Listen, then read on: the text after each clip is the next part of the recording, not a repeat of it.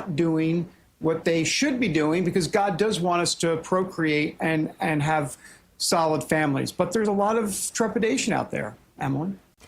Yeah, I don't have anywhere near enough time to share all of my thoughts on this, you guys. I definitely see that this is prevalent among young people today. Yeah, I know this is a big issue on your heart, Emily. It is on a lot of people's hearts. We have to turn it back around, because feminism did not liberate women. It orphaned them. All right, you guys, we will be back with you tomorrow. War Room coming up next. Hug your children. Love God. Go boldly. Live the truth. See you tomorrow. See you, everybody.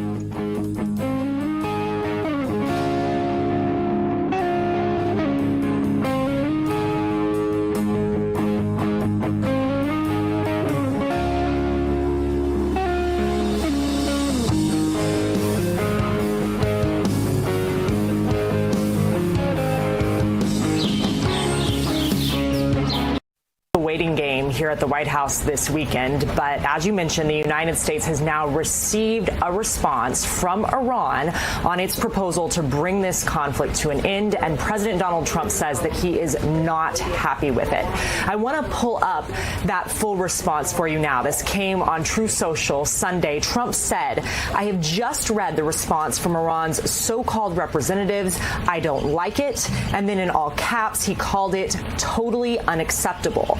Now, it's obvious that Trump does not believe that this response puts the United States in a place for serious negotiations. But there are still a lot of questions, and we have reached out to the White House for specifics on this.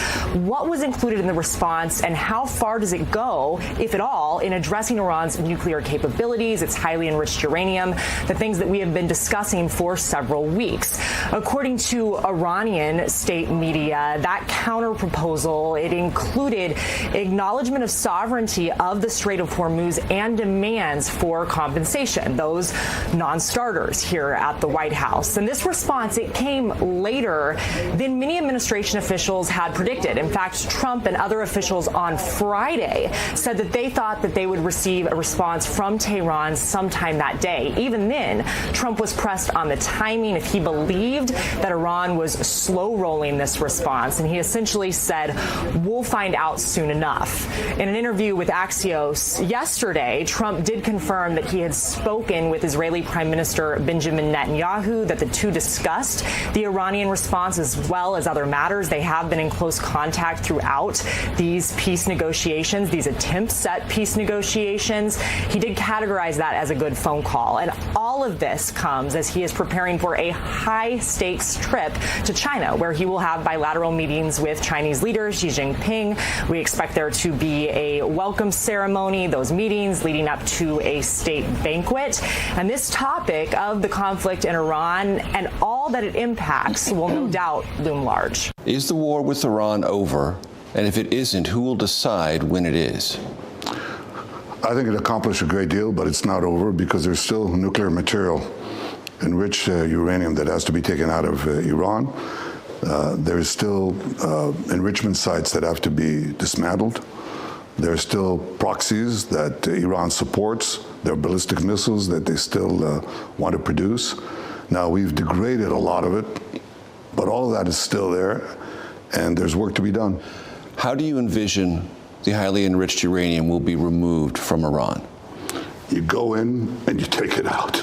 With what? Special forces from Israel, special forces from the United States?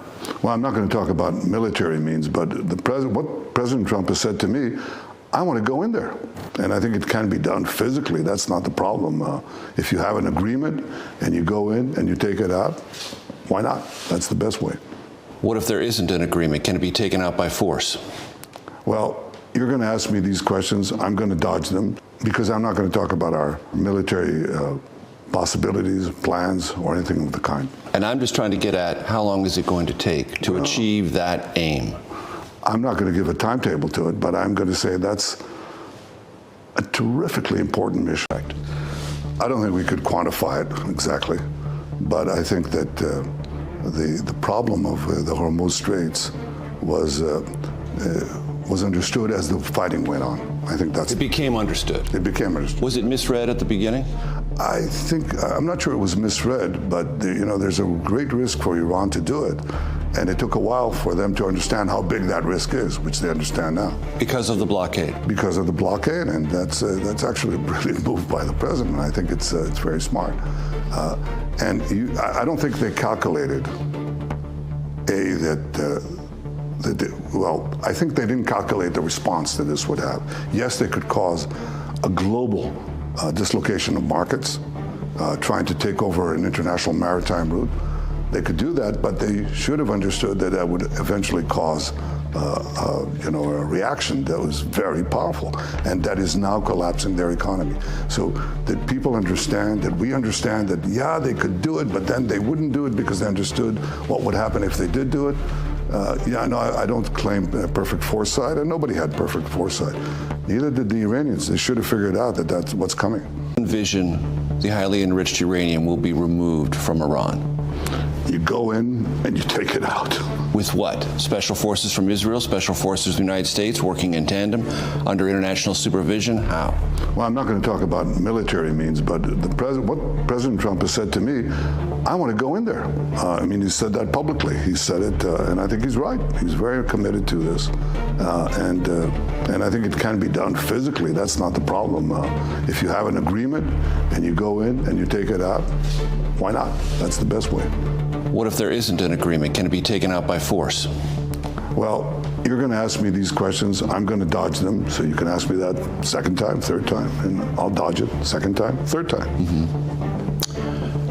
Because I'm not going to talk about our military possibilities, plans, or anything. I want to talk about the isolationists, the neo-fascists, who accuse our president and our country and our military of imperialism and colonialism in this war, who accuse Israel and the prime minister there, Netanyahu, of dragging us into a war, who accuse Jews of controlling the president, Jews controlling our foreign policy, and all the rest of the Jew hatred they spew. While the Persian people are being slaughtered and abused, you all disgust me the most. Room on February 11th, Mr. Netanyahu made a hard sell, suggesting that Iran was ripe for regime change and expressing the belief that a joint U.S.-Israeli mission could finally bring an end to the Islamic Republic. Is that correct? No, that's actually incorrect because... In what ways is it incorrect? It's incorrect in the sense that I said, oh, well, it's guaranteed, we can do it, and so on. I didn't say that. We both understood that we have little time to act because otherwise they'd get nuclear weapons.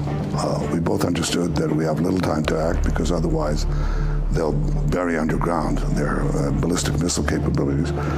But while we said that part of the action would be the removal of the leadership and other measures, there was uncertainty.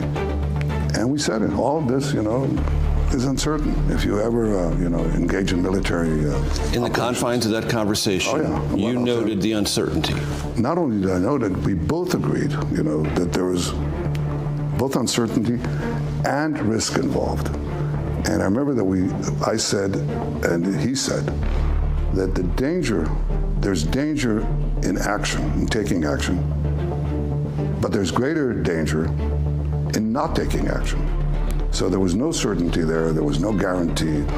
It wasn't pie in the sky the way people describe it. It was, I think, a very truthful presentation of the possibilities and the risks. At that point, looking forward, Mr. Prime Minister, do you believe it's time for the state of Israel to re-examine and possibly reset its financial relationship to the United States, meaning what the United States provides to Israel on an annual basis? Absolutely. And I've said this to President Trump. I've said it to our own people.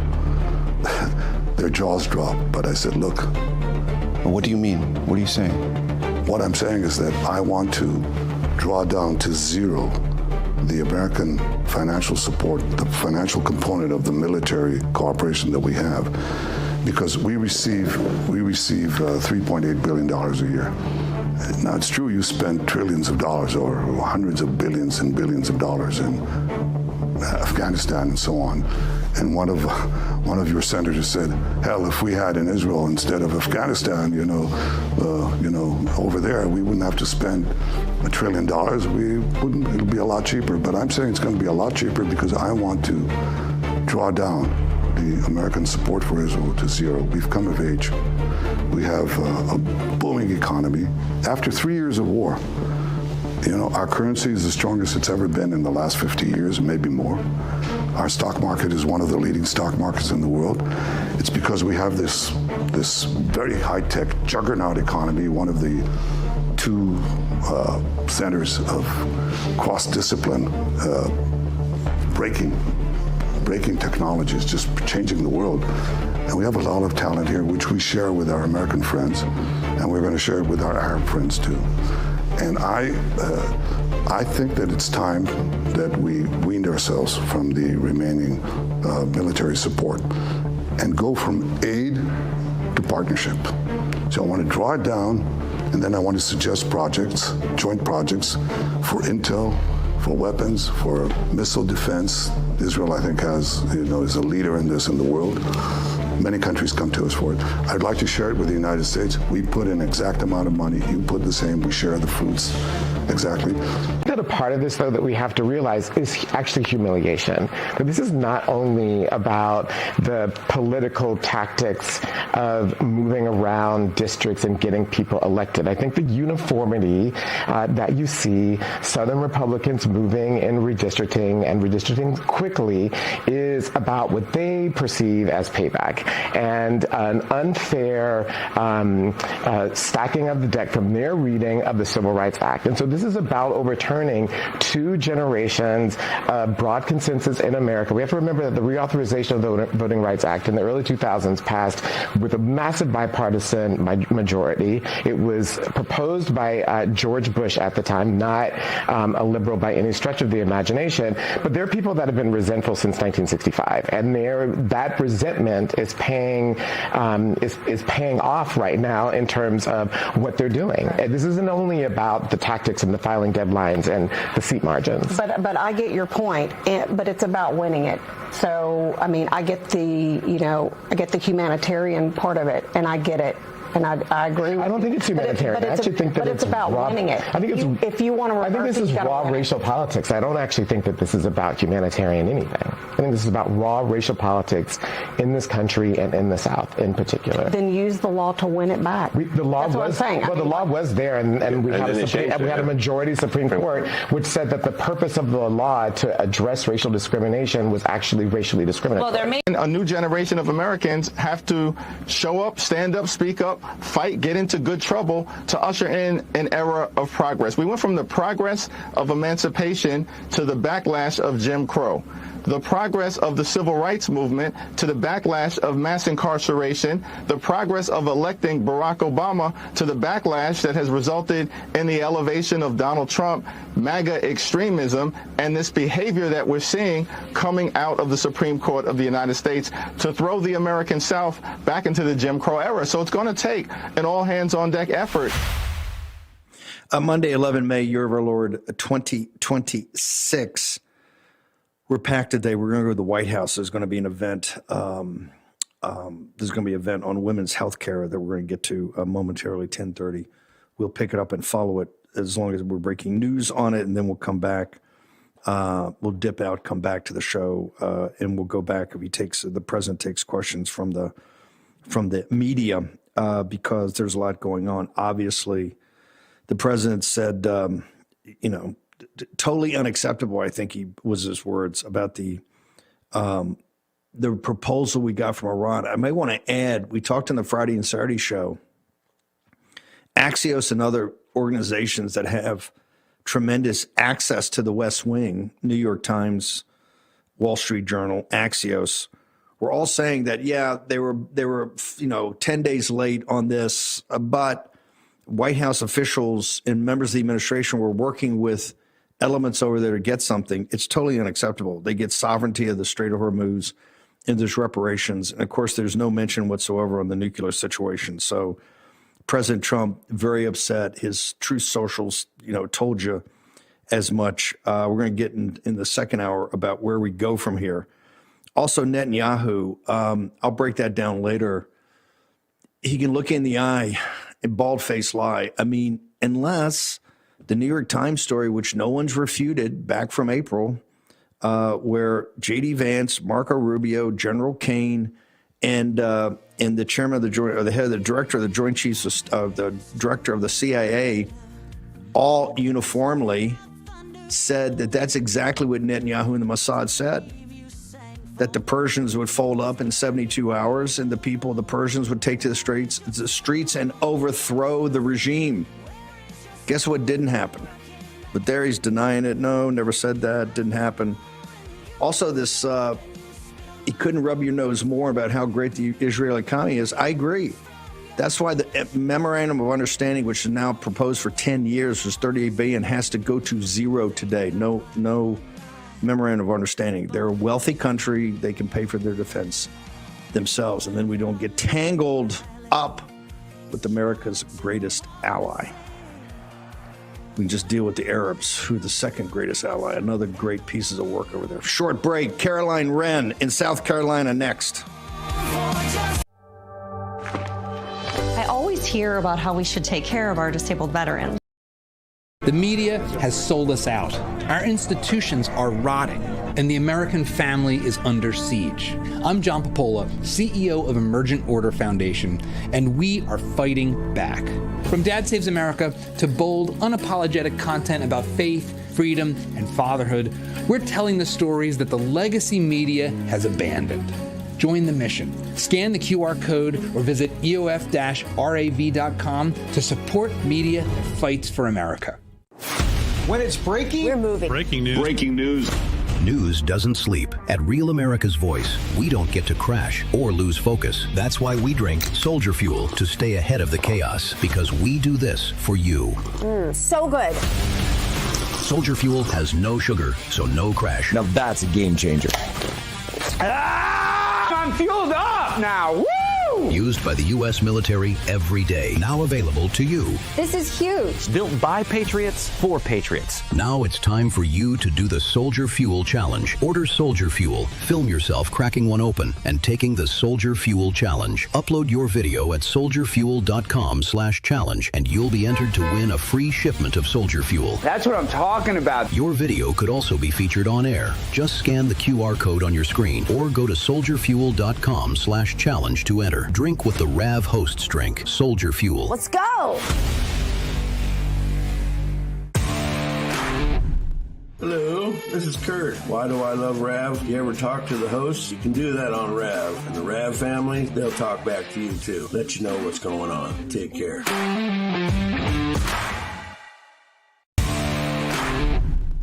Hey y'all, it's Nancy from Texas. Real America's Voice gives us truth, not propaganda, and we need that. Thank you so much.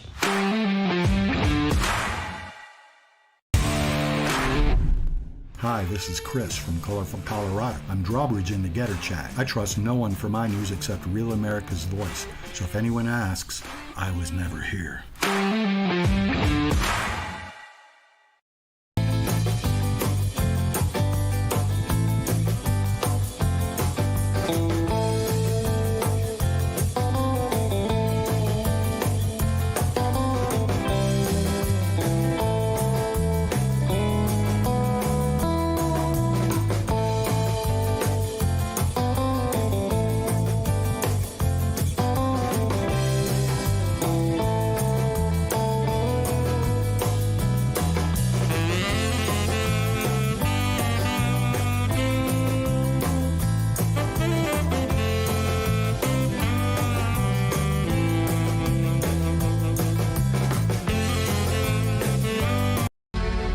Welcome back. By the way, I don't believe the New York Times story. I certainly don't believe the leaks coming from those around the president. I don't. But I think that has got to be, I don't know, investigated later.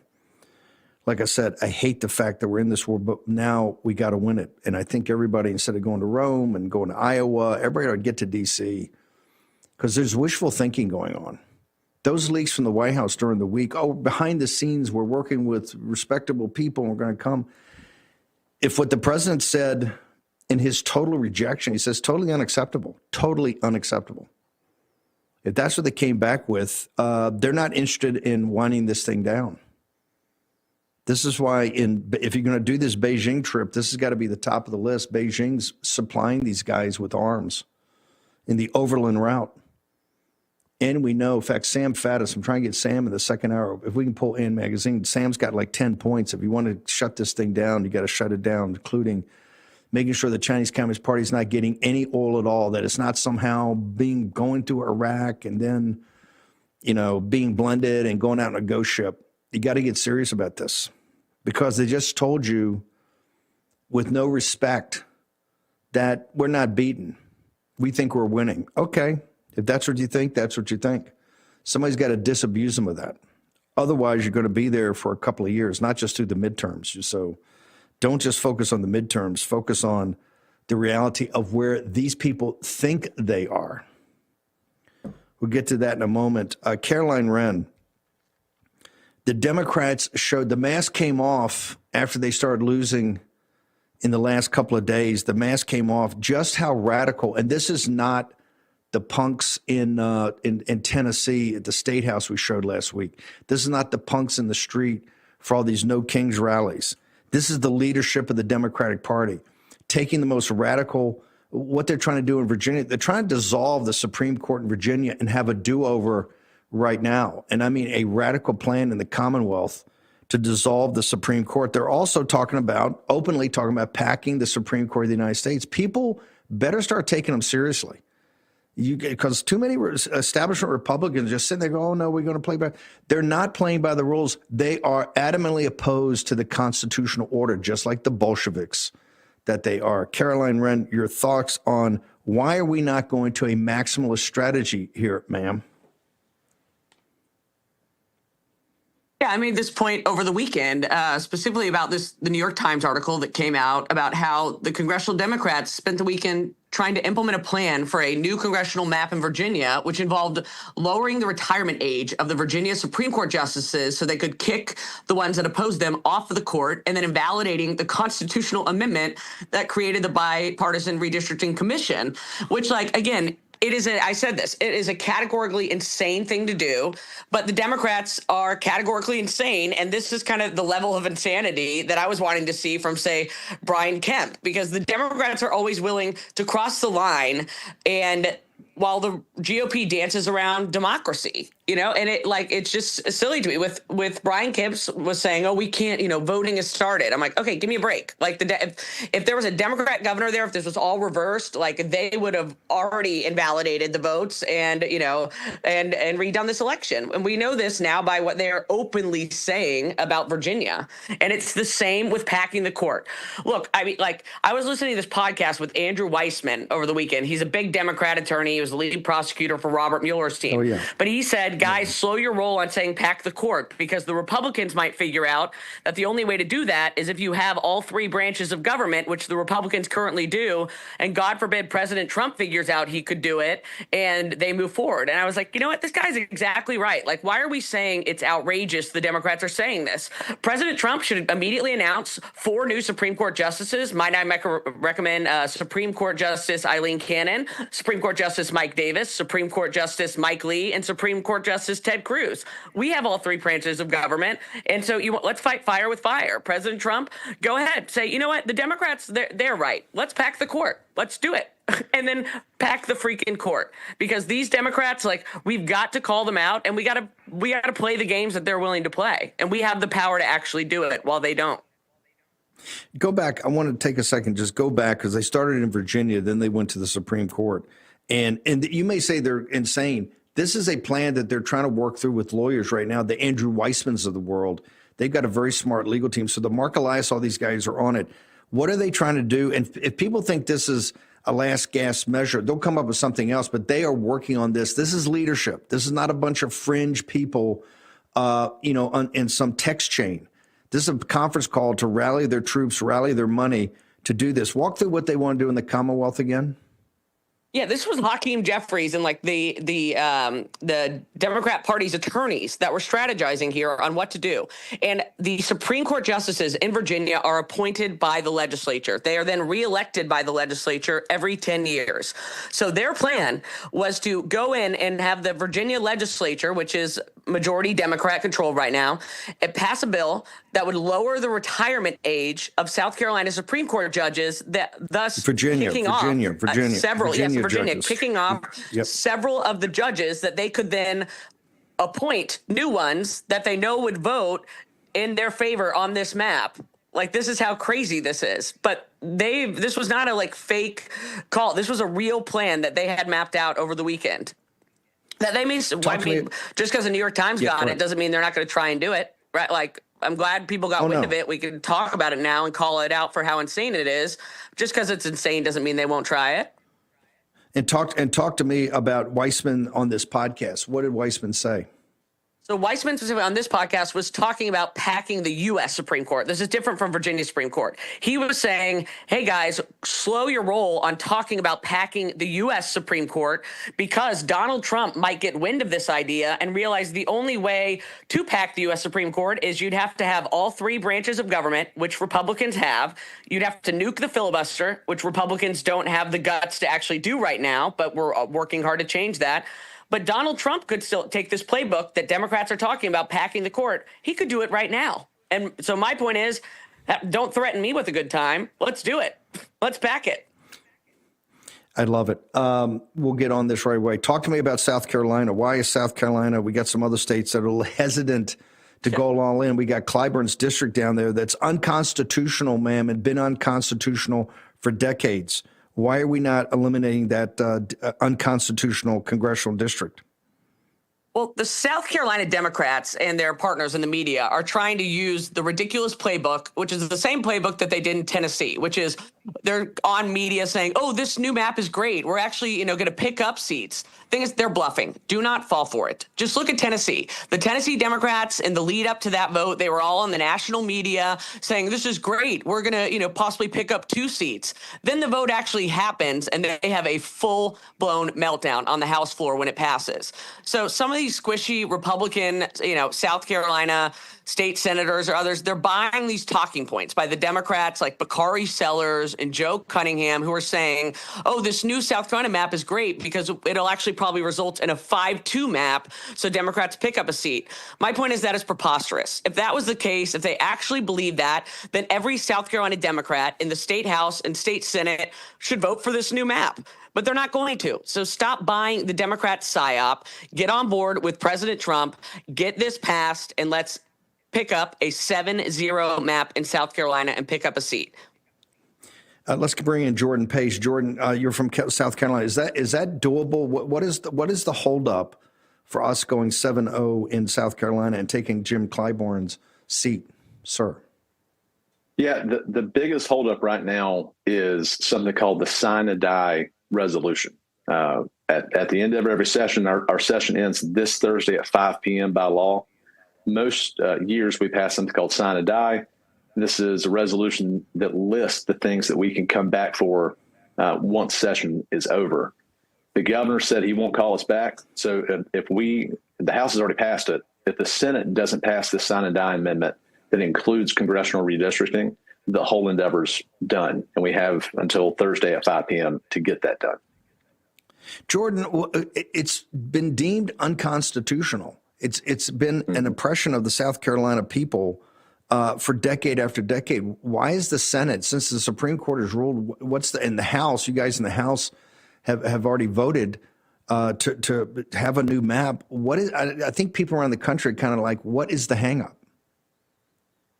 Yeah, that is the question of the week, is what is the hangup? I think Caroline was right. Some of these Republican senators are buying into this false talking point that it's going to give the Democrats, extra seats, more. We're going to lose seats, not gain seats. And if that were the case, hang on. You got the House. You guys went through this map and you voted. Right now, the House in South Carolina. But you guys don't think it's on going the sign or die resolution.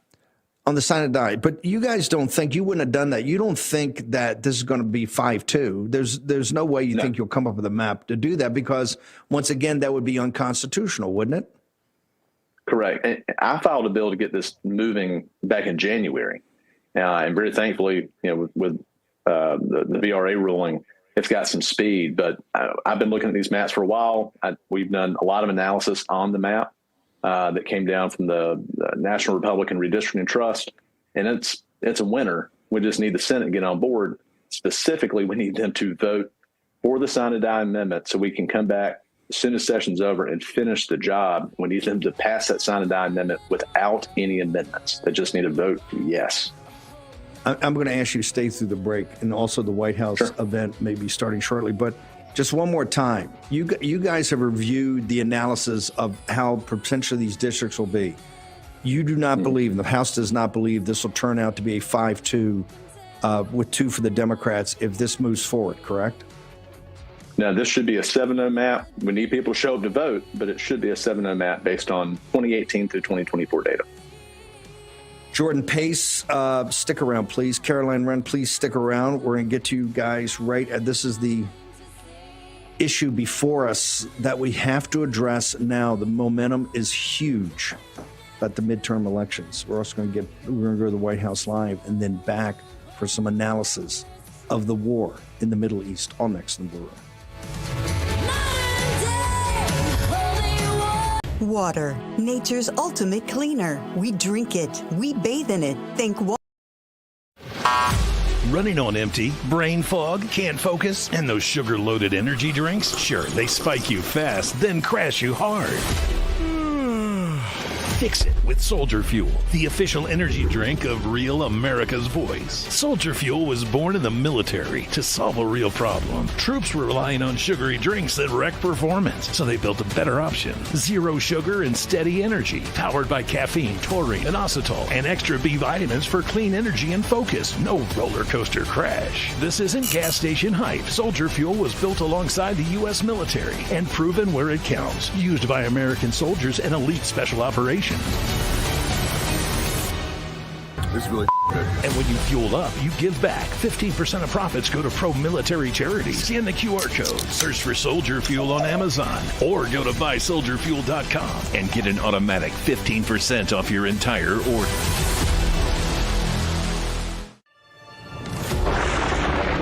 Through every storm, every moment of uncertainty, everybody needs to pray for Charlie Kirk right now. Rav has stood strong. We're not going to tolerate this stuff anymore. Turn that anger into motivation to save this nation. When we move together, there is power. The cries of this widow will echo like a battle cry. This is more than news. It's a movement. This revolution of people taking their countries back. A turning point. A chance to be part of something greater than yourself. Scan the QR code and stand with Rav. The story isn't over, and neither is your part in it. Step in, be counted, be heard. Together, we are Rav. We will achieve American greatness. And we are just getting started. This is Giselle Chaffin. I'm from North Carolina. I'd like to let you know that Rav News is the best news. Number one news. Truth seekers seek to find the truth. It'll set you free.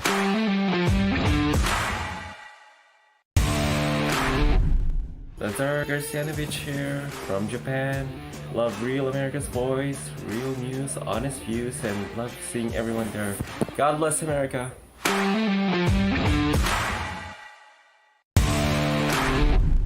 Hello, all you Ravagers. I'm Billy Howell, your old buddy Carefree Largo from the chat, and I'm thrilled to be part of the Rav family. When I want to be heard, I use my Real America's Voice.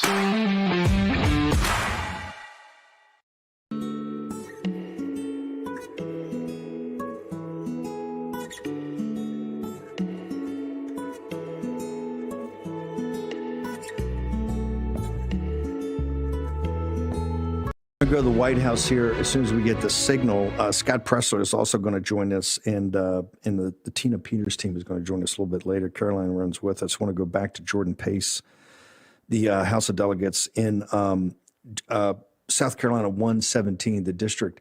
What are the folks in South Carolina, the voters? What are the voters in some of these districts and or your House district in the state legislature? What are they telling you about this situation? What do the voters think?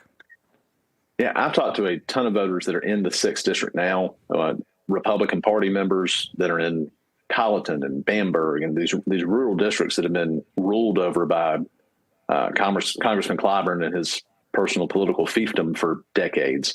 And they're desperate to get something done so that they can have some representation in Congress. That is what they've told me for months. That's why I filed the bill to do this back in January, is somebody had to start, get this ball rolling. And they're as enthusiastic as ever, probably more so than ever, that we're right on the cusp of getting this done. Okay, Jordan, Brother Pace, the folks in the South Carolina Senate, the Republicans, are very smart. They can't possibly, I'm not buying this. They think, it's going to be a 5-2. That's a misdirection play. What is the real reason that the Senate of South Carolina is not moving on this with dispatch, sir? Well, the Senate of South Carolina is an interesting kind of creature of its on its own.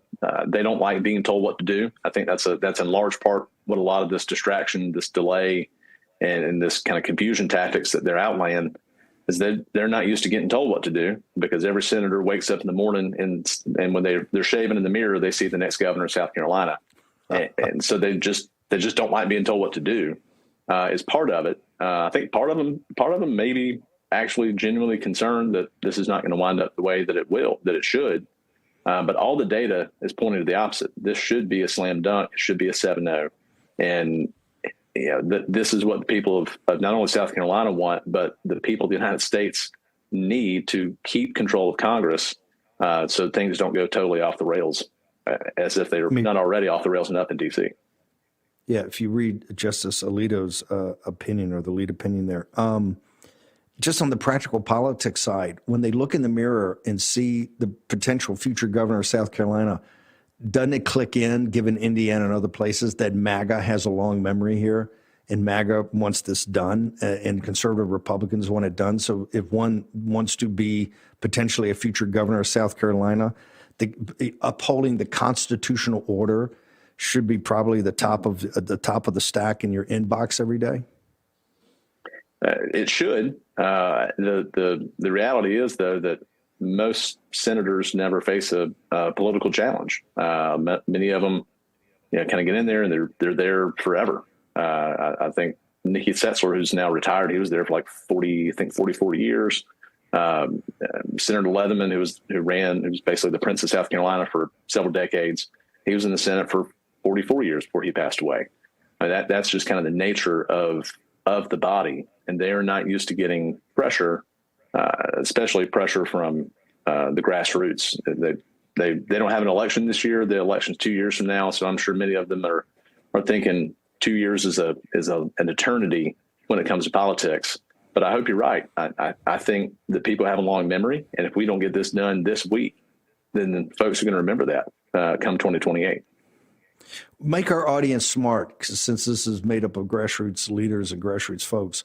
What should we look for this week in South Carolina from the Senate that's a signal that we're not being effective, that it's not going to get done, that you're not going to pass this at the end of the week that allows a special session to be called, sir?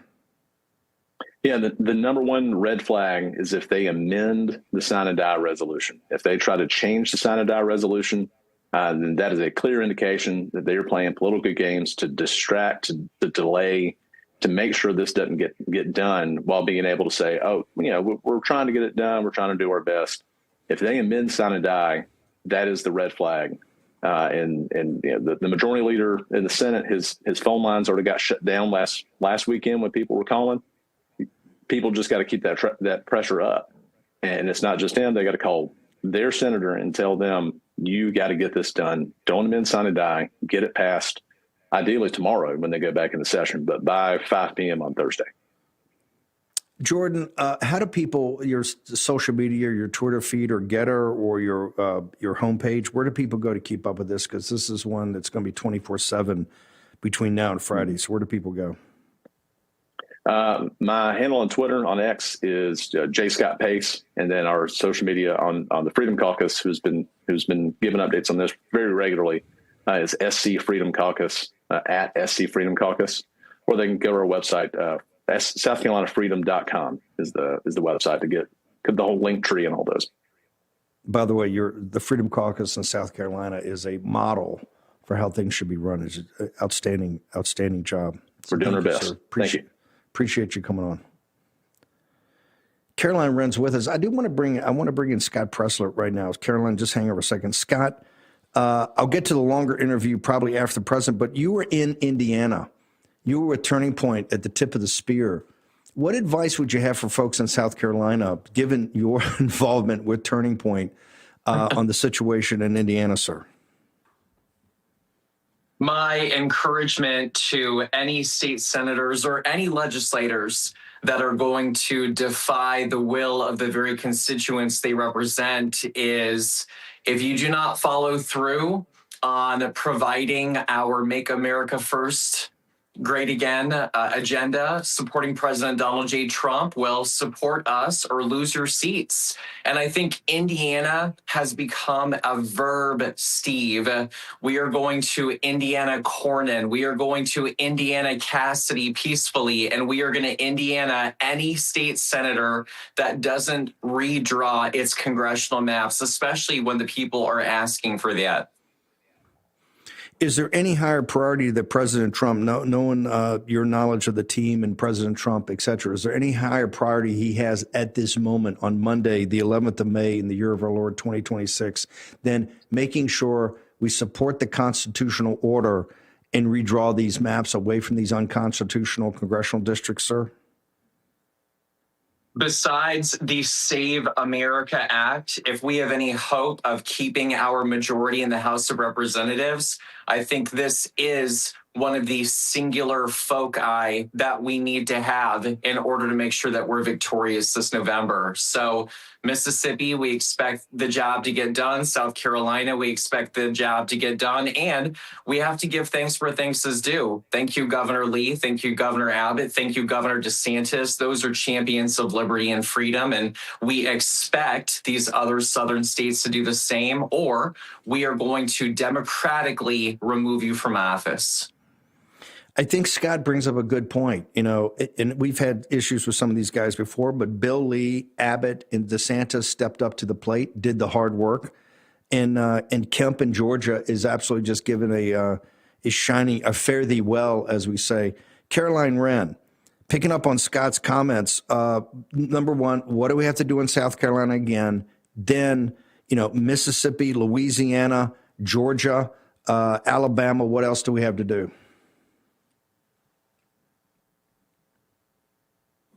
Well, just going back to kind of the mindset of these South Carolina senators, you got to remember, this is the state of Strom Thurmond, who had 4 kids after he was 70 and was in office until he was 100. And so the culture of South Carolina politics is kind of you get in and you just remain there until you die. And they have never really gotten a pressure campaign before on the national level, and some don't really respond to it at all. They get their news from NPR. Some of it backfires. So it's kind of, we're trying to play this as carefully as possible, convince people on the merits, this is actually a good thing for your state and nationally. Now, regarding your question as to the priority for the president, I think a priority for the president, obviously, is to keep a Republican House. That's what we're fighting for every single seat, so that we don't wake up in November with Speaker Hakeem Jeffries with a 1-seat majority because we didn't fight in, say, South Carolina. But then past that, it's more than just having the majority. You have to do something with it. That's where nuking the filibuster or passing the Save America Act also come into play. These are equally as important. We are trying to give President Trump the tools that he needs to have an extremely successful 2 years in office, these last, 2 years, or potentially, God, I hope it's more. And so we're doing that. But then if they get it, they have to do something with it. That is why both of these things have to be fought on multiple fronts. We have to get the Save America Act passed, and we have to retain the House and the Senate.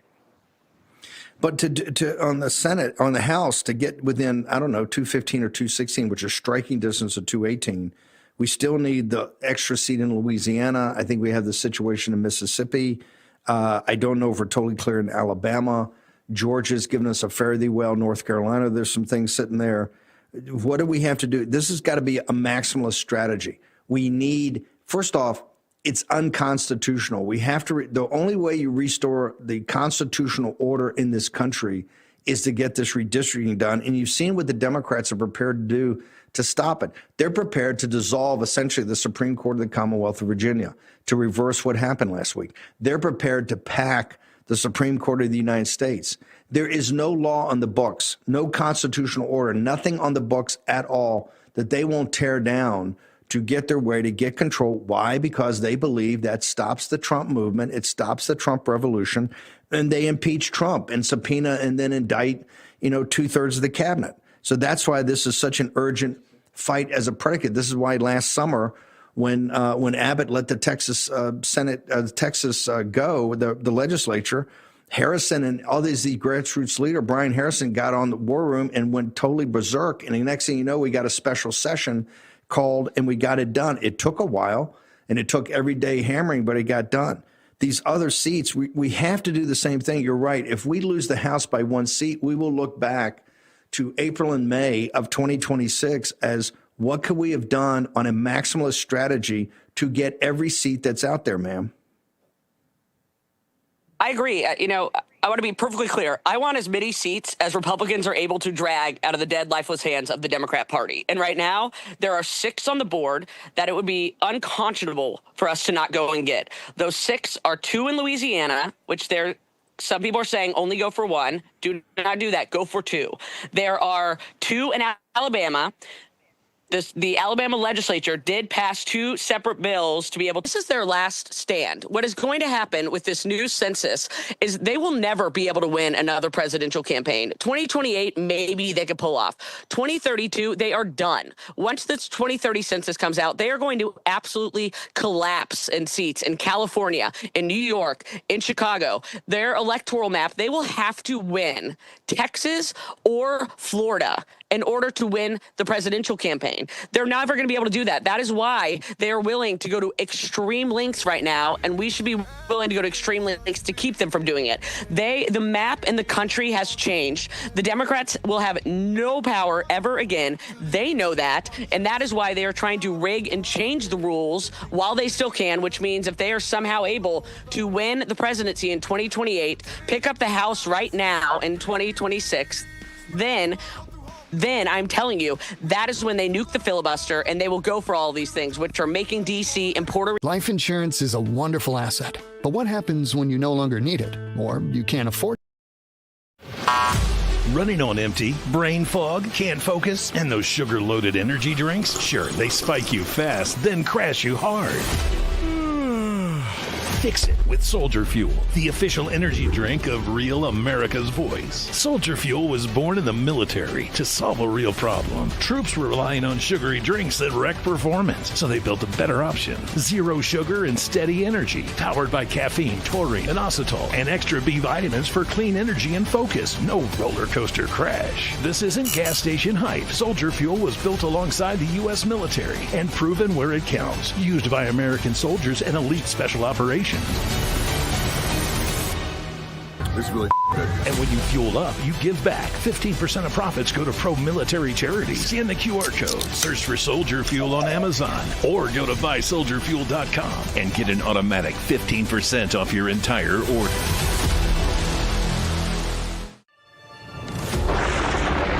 Through every storm, every moment of uncertainty, everybody needs to pray for Charlie Kirk right now. Rav has stood strong. We're not going to tolerate this stuff anymore. Turn that anger into motivation to save this nation. When we move together, there is power. The cries of this widow will echo like a battle cry. This is more than news. It's a movement. This revolution of people taking their countries back. A turning point. A chance to be part of something greater than yourself. Scan the QR code and stand with Rav. The story isn't over, and neither is your part in it. Step in, be counted, be heard. Together, we are Rav. We will achieve American greatness. And and we are just getting started. This is Giselle Chaffin. I'm from North Carolina. I'd like to let you know that RAV News is the best news. Number one news. Truth seekers seek to find the truth. It'll set you free.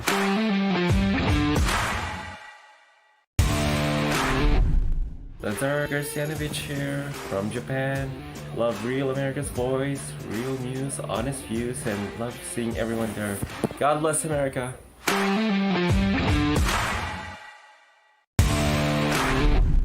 Hello, all you Ravagers. I'm Billy Howell, your old buddy Carefree Largo from the chat, and I'm thrilled to be part of the Rav family. When I want to be heard, I use my Real America's Voice.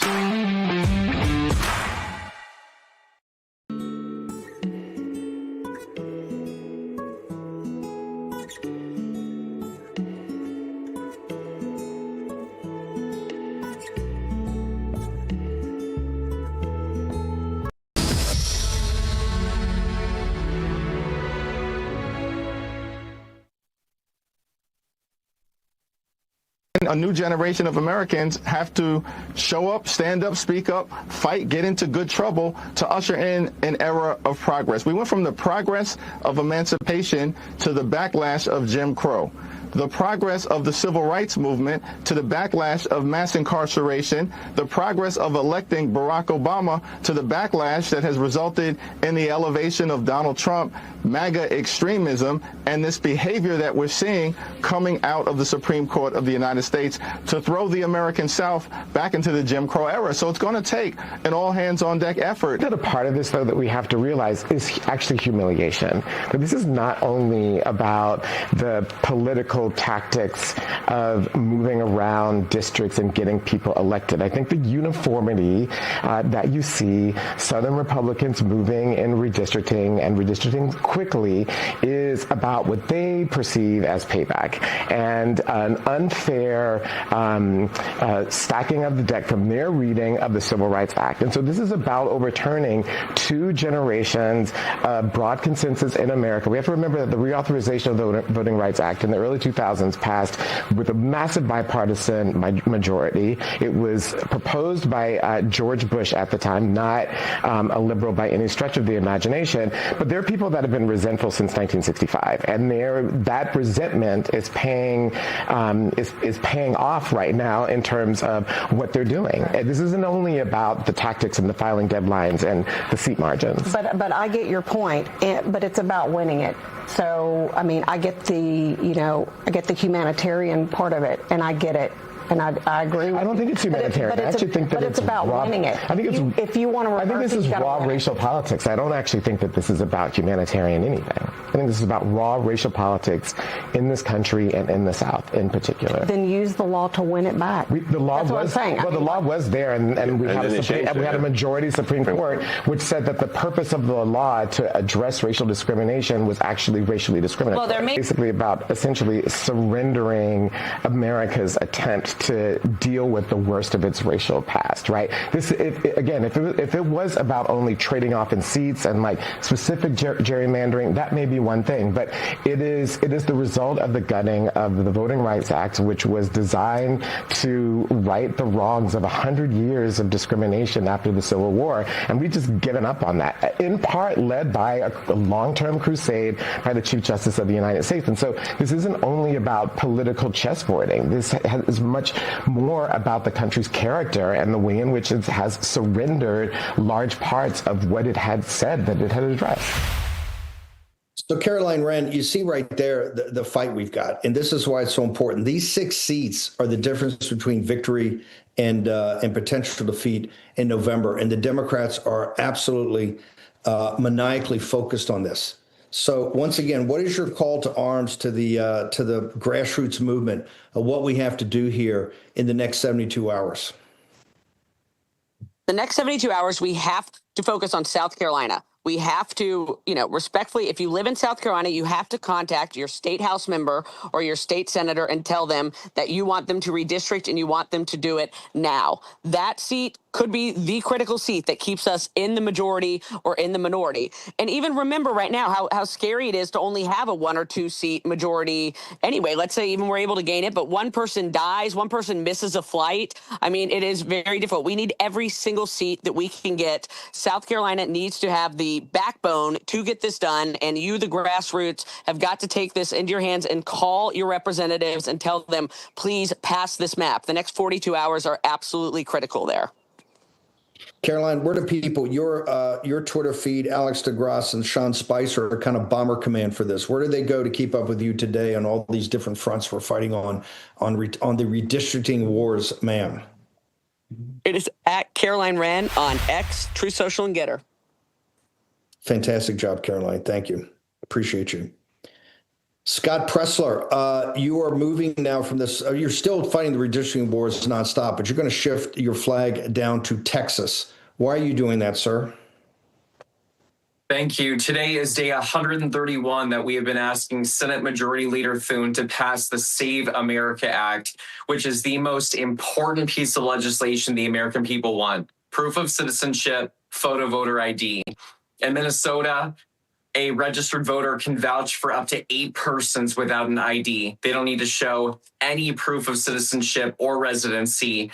And we know that Al Franken was elected by 312 votes in 2008. We know that there are 34,000 dead voters on the voter rolls in North Carolina. This is an issue. This is what the American people want. And so, because Senate Majority Leader Thune is not giving us what we want, we are going to peacefully take away what he has. This Saturday, May 16th, I'm asking the voters of Louisiana, if you're a registered Republican, you come out and vote against Bill Cassidy. Now, President Trump has endorsed Congresswoman Julia Letlow, and May 16th is an opportunity for us to show the Senate, as we did in Indiana, if you don't give us what we want, we are going to take away your seats. And so I will also be going to Texas. May 18th through May 22nd is early voting. I have endorsed Attorney General Ken Paxton, and I'm doing everything with my ability to make sure that we are defeating John Thune's ally, John Cornyn, and ultimately repealing and replacing him on May 26th. So, War Room Posse, the 2 dates that I need you to put into your calendars right now. Saturday, May 16th, that's a Saturday, not a Tuesday. Saturday, May 16th, we defeat Bill Cassidy. Tuesday, May 26th, we defeat John Cornyn, and we send a message to the Senate that no seat is safe unless you give us what we want. Scott, we got about 45 seconds. You've got a book coming out in early June, The Persistence. What's it about, and where do people go to pre-order it right now? Thank you. Well, this is a part of the War Room books. It's The Persistence. I am now an author, and I wrote a book about seizing the voter registration movement away from the Democrats, cleaning up our cities like Baltimore, and ultimately how our work together as a family elected Donald J. Trump. It's on pre-order, and when I go across the country, I'm going to turn every book event into a voter registration event to make sure that we are force multiplying, which I know is something you focus on every single day. God bless you, Scott Pressler. We will hopefully get you on every couple of days to talk about the 16th May this Saturday and then the 26th of May for Ken Paxton. Sir, thank you so much. Go to Amazon right now. Pre-order Scott Pressler's upcoming book, The Persistence, from War Room Press. Back in a moment.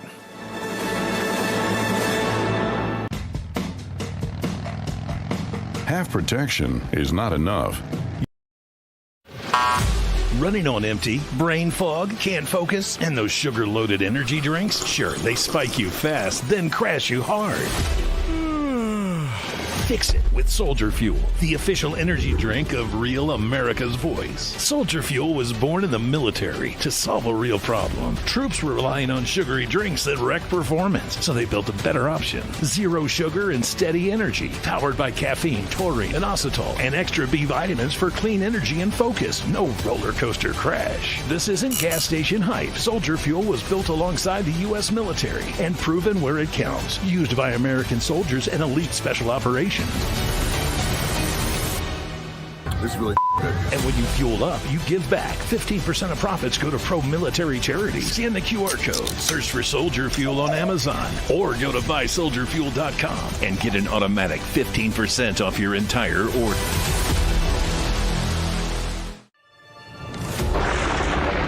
Through every storm, every moment of uncertainty, Everybody needs to pray for Charlie Kirk right now. Rav has stood strong. We're not going to tolerate this stuff anymore. Turn that anger into motivation to save this nation. When we move together, there is power. The cries of this widow will echo like a battle cry. This is more than news. It's a movement. This revolution of people taking their countries back. A turning point. A chance to be part of something greater than yourself. Scan the QR code and stand with Rav. The story isn't over, and neither is your part in it. Step in, be counted, be heard. Together, we are Rav. We will achieve American greatness. And we are just getting of a dying regime. Pray for our enemies, because we're going medieval on these people. You're just not got a free shot on all these networks lying about the people. The people have had a belly full of it. I know you don't like hearing that. I know you try to do everything in the world to stop that, but you're not going to stop it. It's going to happen. And where do people like that go to share the big lie? MAGA media. I wish in my soul, I wish that any of these people had a conscience. Ask yourself, what is my task and what is my purpose? If that answer is to save my country, this country will be saved. War Room. Here's your host, Stephen K. Bannon. Okay, we're going to go in the White House in a moment. I want to thank our sponsor, Birch Gold. Take your phone and text Bannon, Bannon, at 989898. Get the ultimate guide for investing in gold and precious metals in the age of Trump, now more than ever. You need to talk to Philip Patrick and his team, particularly why central banks are buying gold at record rates and why the BRICS nations, led by Lula, who kind of got turfed out of the White House the other day, is leading the effort to break the petrodollar. Talk to Philip Patrick and the team. In times of geopolitical turbulence, physical gold has been a hedge against that for, 3,000 years. Talk to Philip Patrick. Bannon, Bannon, 989898. Get you right there. No obligation, totally free, all the information. Eric Bolling, we are going to cut to the White House momentarily for this, and we've had a slight technical problem, but the boys in Denver are fixing it right now. Eric Bolling, here's what concerns me.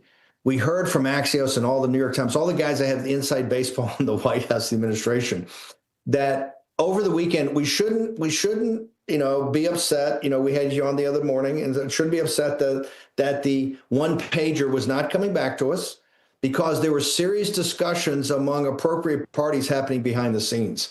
Then we got an in-your-face response last night. I don't say that. Eric Bolling doesn't say that. A guy named Donald John Trump says that. Totally unacceptable, right? And he says, whoever these guys are we're dealing with, he says, I don't know if they're the appropriate party. The so-called leaders, I think he refers to them. Where do we stand today, brother? The president is scheduled to leave for Beijing, I think tomorrow at about 1:30 to 2 o'clock to go there for the Wednesday, Thursday, Friday state visit summit. Where do we stand with all this right now, Bolling? And most importantly, where are the markets telling us we stand? Nervous, very nervous, Steve. When we saw the totally unacceptable quote truth post last night, I guess it was late yesterday afternoon, markets started to tick up. Oil markets opened insincere and full last night around 6:15 p.m. Eastern, moved up $2, up $3, got as high as $100.50, so 100.48 ballpark or so. Early this morning, has backed off to $98 a barrel, up $2.50 a barrel. Still nervous on the upside. Like I said earlier, hey, Eric, I believe the president's just come to the microphone. Just hang on one second. Let's cut to the White House and come back to you. President, she said, sir, we have to do something. And I'm a quick study, so I learned everything there is to learn in about 3-4 minutes. And, that's great. And I became the father of fertility. That is true. No, it just made a lot of sense to me. She explained it well. And I hope you tell that story, what happened to you, that you were virtually attacked with a bad ruling from a court. They gave a very bad ruling, as you remember, in Alabama. Yep, you stepped in and saved the day and made sure that we had nationwide access to IVF, and have done so much since then, and we are so grateful. We had something passed within 2 days after That's that. right. So That's it was exactly really pretty right. amazing. You don't see that happen very often. But this will be supplemental option available to those who need it, much like vision or dental insurance. So we're bringing it right down into the mainstream. By offering coverage for care at every step, the fertility journey is a very interesting one, very complex it was, and we're making it much simpler. This will hopefully reduce the number of couples who ultimately need to resort to IVF because challenges can be identified and addressed very early in the process. This is a new benefit. This is a benefit that so many people have called me about. I mean, it's incredible.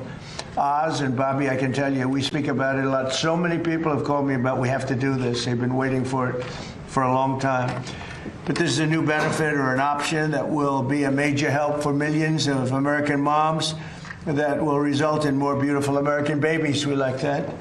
To further reduce the cost of fertility care, my administration has negotiated unprecedented most favored nation agreements with all of the world's leading pharmaceutical companies and nations.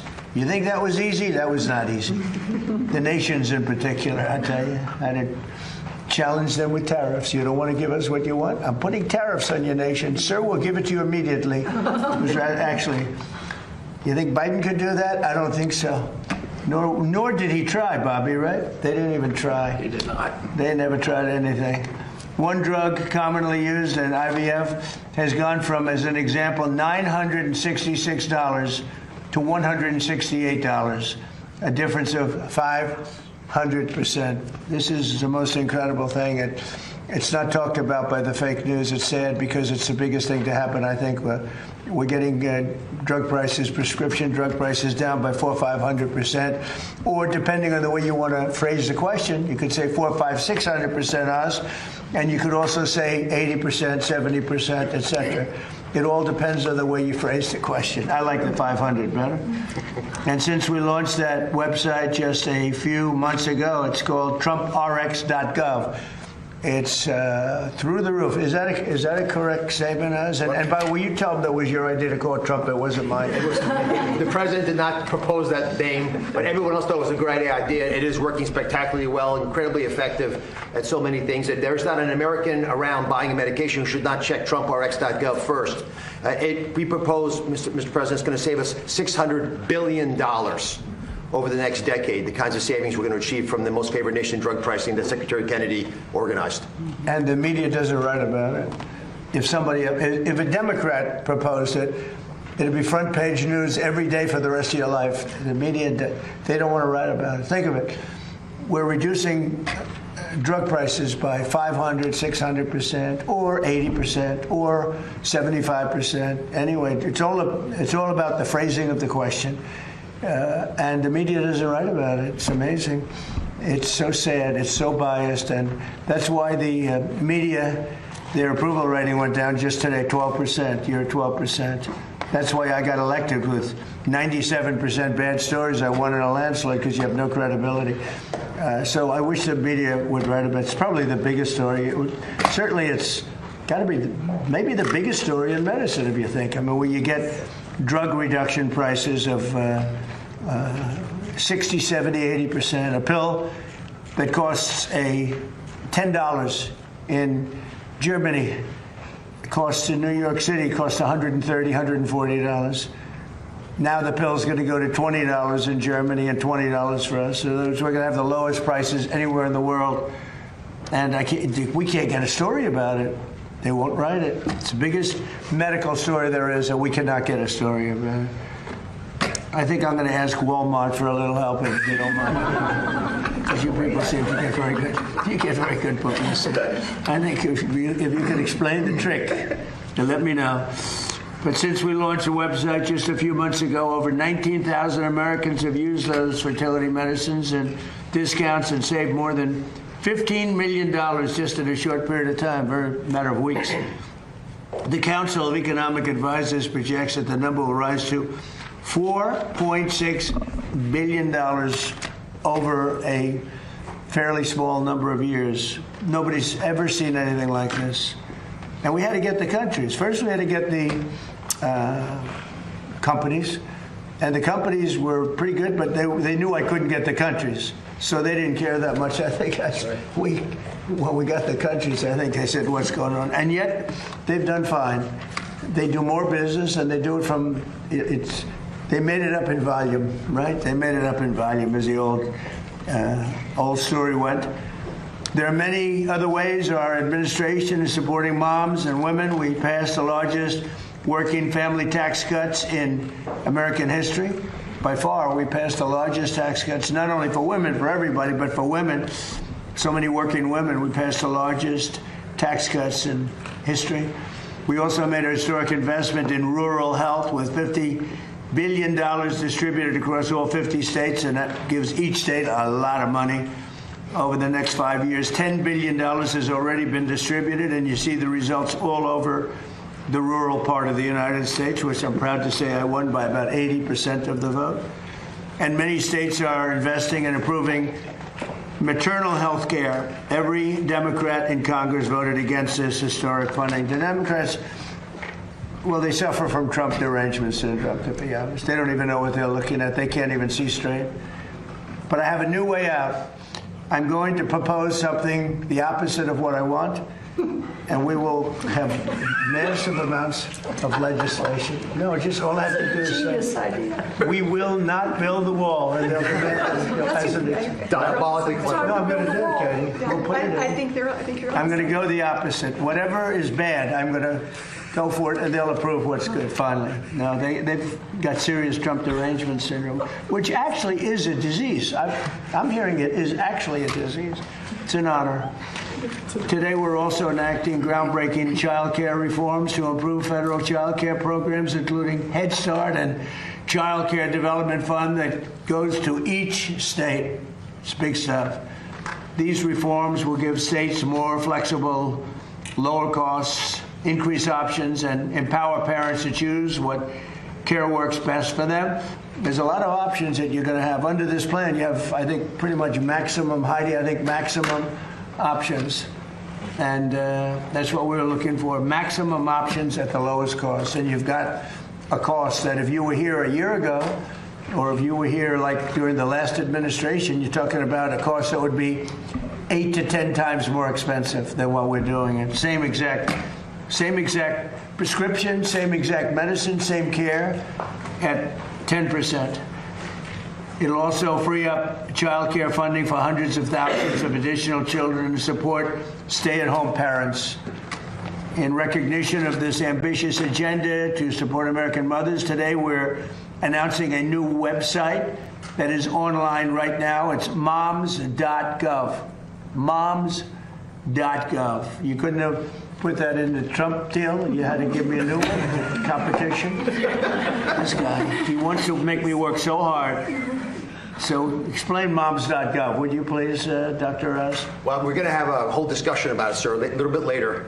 If we could, we want Katie to speak a bit about the first issue you mentioned. But moms.gov is a beautiful site. Folks want to check it right now while we're talking. Yeah, you really should. And it's pretty incredible. Something that Senator Rubio and I tried to do, sir, but you're the one who actually did it, along with... Well, I like TrumpRx.gov. I mean, I love moms. I love moms, but I like TrumpRx.gov. You put me in there, I got to make sure. He gives me competition now. He wants her to work. That's all right. We're only kidding. I have to say we're kidding, otherwise they'll do... Trump and Oz had a major dispute. It was terrible. And Bobby broke them up. It was a terrible, terrible dispute. These people. I encourage every mom to visit this new page where they will find helpful information about addressing clinical care, pregnancy resources, nutrition tips, Trump RX, and Trump Accounts. Trump Accounts has been amazing for the kids. It's Michael and Susan Dell. They put in $6.25 billion started it, and that's another one that's gone through the Trump Accounts, where young kids, they turn 18 or 20 or 21, and they feel like a billionaire. You used to say a millionaire, now you say a billionaire, but they certainly feel rich. as opposed to having absolutely nothing. It's so popular. So many people are doing it. We have people, in one case, took over the entire state of Ohio. It's putting up the money for every kid in the state of Ohio. Supporting the journey of American moms at every stage is so important to the success of our nation. I'd now like to ask Senator Katie Britt. She's the one that got me into this, I have to tell you. I hope she always remains loyal to me so I can continue to support her. You got it. I would hate to go against her. That will never happen, Katie, That's right? That's right, sir. But to say just a few words, she's really a fantastic woman. She's a great senator. And I got lucky. I was supporting somebody else, and then I realized that somebody else wasn't very good. And I said, who's that young woman I met that was so impressive? They say, her name is Katie Britt. I said, let me talk to her. I talked to her. I endorsed her. She won a landslide. And you've been winning in landslides ever since. So you've been doing a great job, Katie. Thank you very much. I thought I should explain it. Thank you. To say a few words, Katie's going to say, and followed by Monique Pruitt, and then Olivia Walton, then Dr. Oz and Dr. Dorothy Fink, and Dr. Alex Adams. And you'll speak not too long because I am being waited on by a large group of generals. And that's also important, you know, having to do with the absolutely lovely country of Iran. That's the way they pronounce it. Well, we will get started then. Okay. Mr. President, thank you for your work. We are here, guys. This is another example of promises made, promises kept. I mean, we look at what President Trump did when we dealt with this issue in Alabama. He stepped up to the plate immediately to make sure that we had nationwide access to IVF, to making sure that we had comprehensive fertility treatment, so that men and women, couples who were longing for their child, could continue to have that hope and also have that reality. Today doubles down on that yet again. I mean, we see the savings that have happened across the country, and I've had more and more people come up to me and tell me a story about what it has saved them. But we also know that there was opportunity for continued growth. President Trump saw that and he acted on it. So now more people are going to have access through their employer, just like they would dental or vision insurance. And there are people right now who this is out of reach because of affordability, and President Trump is bringing that back in. When you look at the comprehensive nature of what we're doing today and coming on the heels of Mother's Day, I mean, we are thrilled to support mothers everywhere. Whether it's that mom that is getting to experience growing life for the very first time, or the one chasing toddlers or wrangling teenagers, or being there when their adult child calls for advice. Moms are the heartbeats of our families, our communities, and our country. President Trump knows that, and he's made sure we've created a comprehensive culture of life. That's what you see right now with moms.gov. Moms.gov was something that then Senator Rubio and I talked about doing with Senator Kramer and now Senator Schmidt, but of course, President Trump is actually the one that put it into action. It supports moms through the prenatal, postpartum, and early childhood development stages of motherhood. Also, as we tackle rural health, look, I stand up here in front of you not only as a mom of two, but also as someone who lives in the great state of Alabama, where about 28% of women live in a current maternal care desert. The work that we did in the Working Families Tax Cuts, guys, that hits it head on. We have an opportunity now to reach those who haven't been reached. When we look at maternal mortality rates, we continue to invest both in the research that will help us resolve that issue, but also in the women that deal with so many issues during their pregnancy. We want them to be supported. And then in addition to all of that, childcare. So we know last year alone, you had about 455,000 women leave the workforce due to affordability and accessibility of childcare. We've often said, and the president and I have talked about this, if you have or want the opportunity to stay home, we want that for you. But if you want or need the opportunity to re-enter the workforce and want to be a part of building back America, like President Trump is doing, we don't want affordability or accessibility to be an impediment to that. So not only at his direction, and I was proud to lead the effort in the Working Families Tax Cuts to modernize the tax code to make sure that childcare was front and center for the first time since Ronald Reagan, sir, you're the first one to do it. But today, that comprehensive nature of whether you're staying home or you're in a faith-based provider or you have a child care center that you lovingly send your child to during the day as you work to provide for your family, today that is easier as a result, and we are proud of what that means for the economy. We know 24% of young families spend about 24% of their annual income on child care. So, Mr. President, thank you for all that you've done creating a comprehensive culture of life. This is really groundbreaking. So do you see now why I endorsed her? So yes. And always will. I'd be afraid not to. She also is married to the largest human being I've ever met. Her husband is great. He's a 11-year player in the NFL, an all-star, one of the greatest college football players ever at what he does. So he's a fantastic person. Both two really fantastic people. Monique Pruitt speaks about Trump RX. Yes, sir. Well, thank you, Mr. President and Senator Britt, for all the work and the teams that have done so much around this. This is a very important topic, so glad to be here. I have personally used Trump RX and I've saved thousands of dollars on my medication. As President Trump mentioned, a lot of insurances did not cover this. Looks like they will be now, so that's wonderful. Thank you.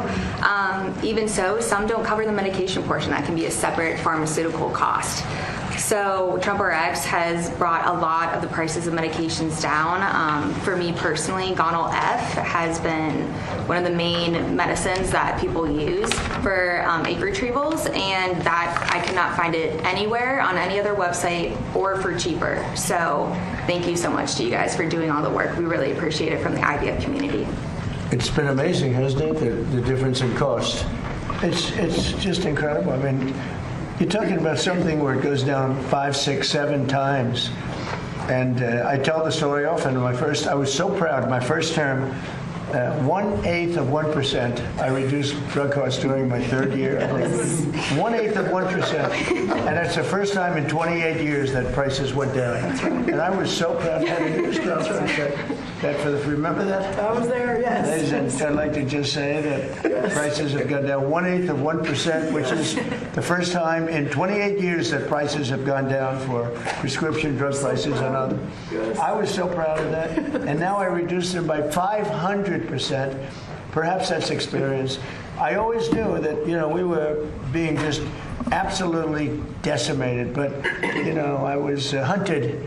I was the hunter. Now I was the hunted then, and I had to devote a lot of time to that. Otherwise, I wouldn't have been too effective. Yeah. If I was out of office, I wouldn't have been.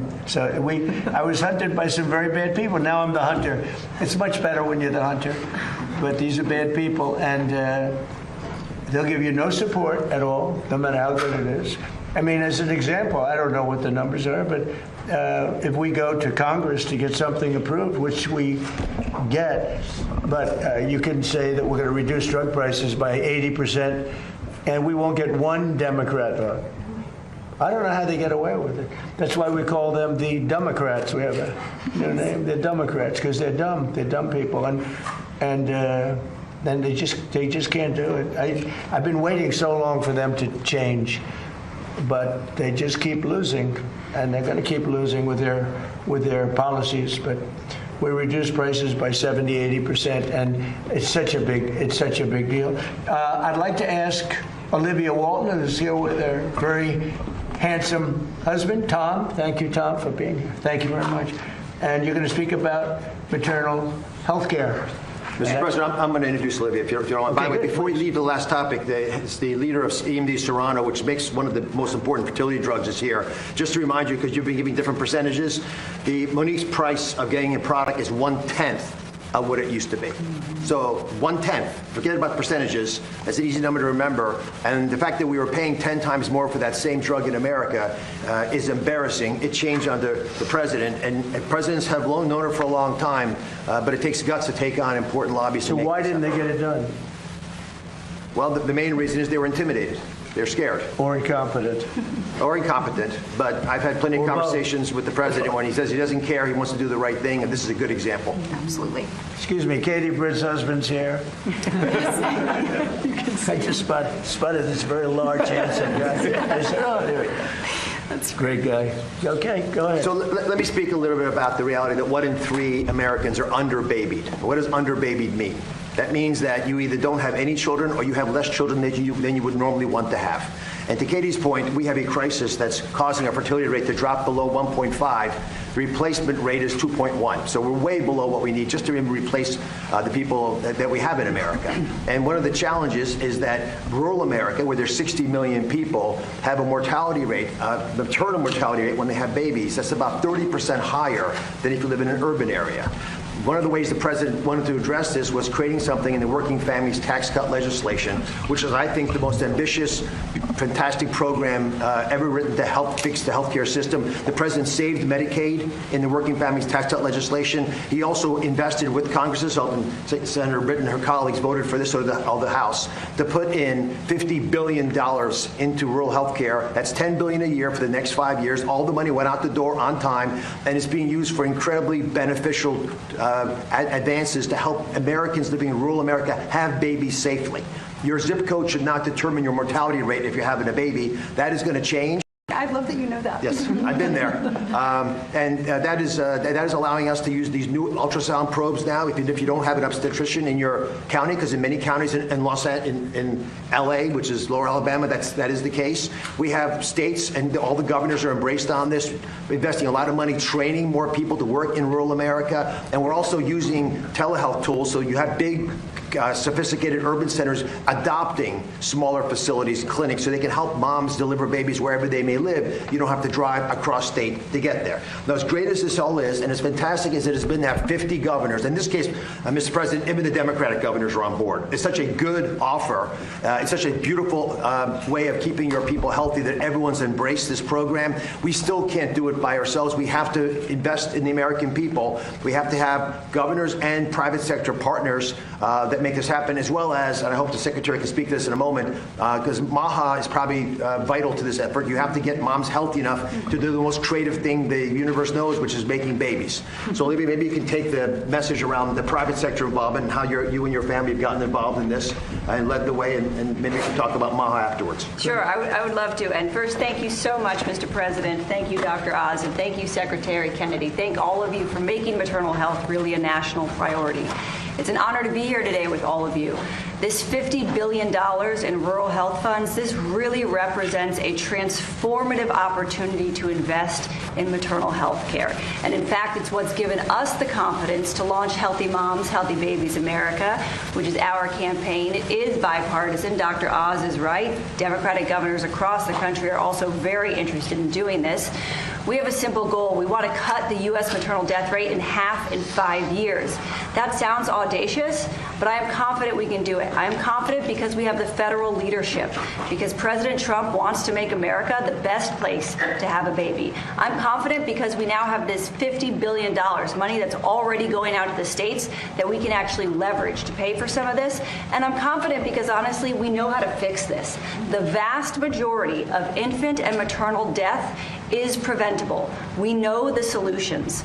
Maternal health is rural health. You heard the numbers from Dr. Oz. I'm here today as a mother from Arkansas. I have 3 young kids. I live in a very rural state, and I'm thrilled to say Governor Sanders is taking maternal health head on and has made some incredible progress. But in rural America, it is hard to have a baby right now. It is hard to get care. We have moms driving for hours to get to the OB. Most moms don't have the time to do that, and a lot of moms don't have the money to do that either. And then after they have the baby, they're not going back for any kind of checkup. For those of you who know, who've had a baby, what's the standard of care? They say, come back in 6 weeks. It's not a good idea.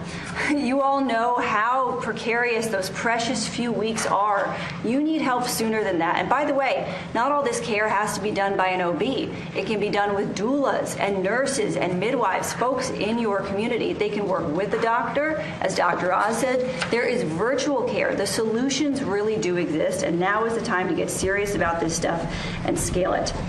So we are uniting business leaders with policymakers, healthcare providers, faith leaders. We believe there's a great opportunity for faith leaders to play a bigger role in taking care of babies postpartum. And I'm just grateful to be here. I really believe, I know you're meeting with the generals, and we appreciate you keeping our country safe.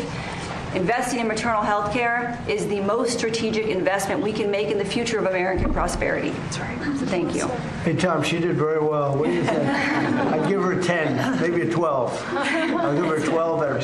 So when is she running for office? You know, the nice thing, I was just listening, as Olivia was saying, she's so respected, and she doesn't need this. She doesn't need to come here and go, and she goes around and checks hospitals and does things. She really doesn't need it at all. She could be doing anything she wants, anything. And I think it's fantastic. And thank you very much. It's very kind of you. Thank you very much. Thank you, sir. Really beautiful. Thank you. Okay, we have Dr. Fink. Oh, yes, right here. Dr. Fink, how are you? So good to see you. Nice to see you. Go ahead. Well, thank you, Mr. President, for your ongoing support of maternal and infant health. We recognize that the health is connected. That's why we launched the Perinatal Improvement Collaborative during the first Trump administration, an effort that has continued to this day to improve health outcomes for moms and babies.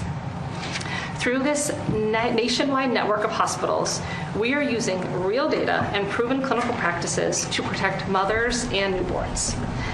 In the Perinatal Improvement Collaborative hospitals, we have reduced maternal mortality by 41.5%, which is truly incredible. And this is compared with the 5.9% decline in benchmark hospitals over the same period of time. Our goal is to have every hospital in America doing this, and we're thrilled to be partnering with Heartland Forward to make this happen. We really want every woman to have a healthy delivery and a healthy baby, and to make the United States the healthiest place in the world to give birth.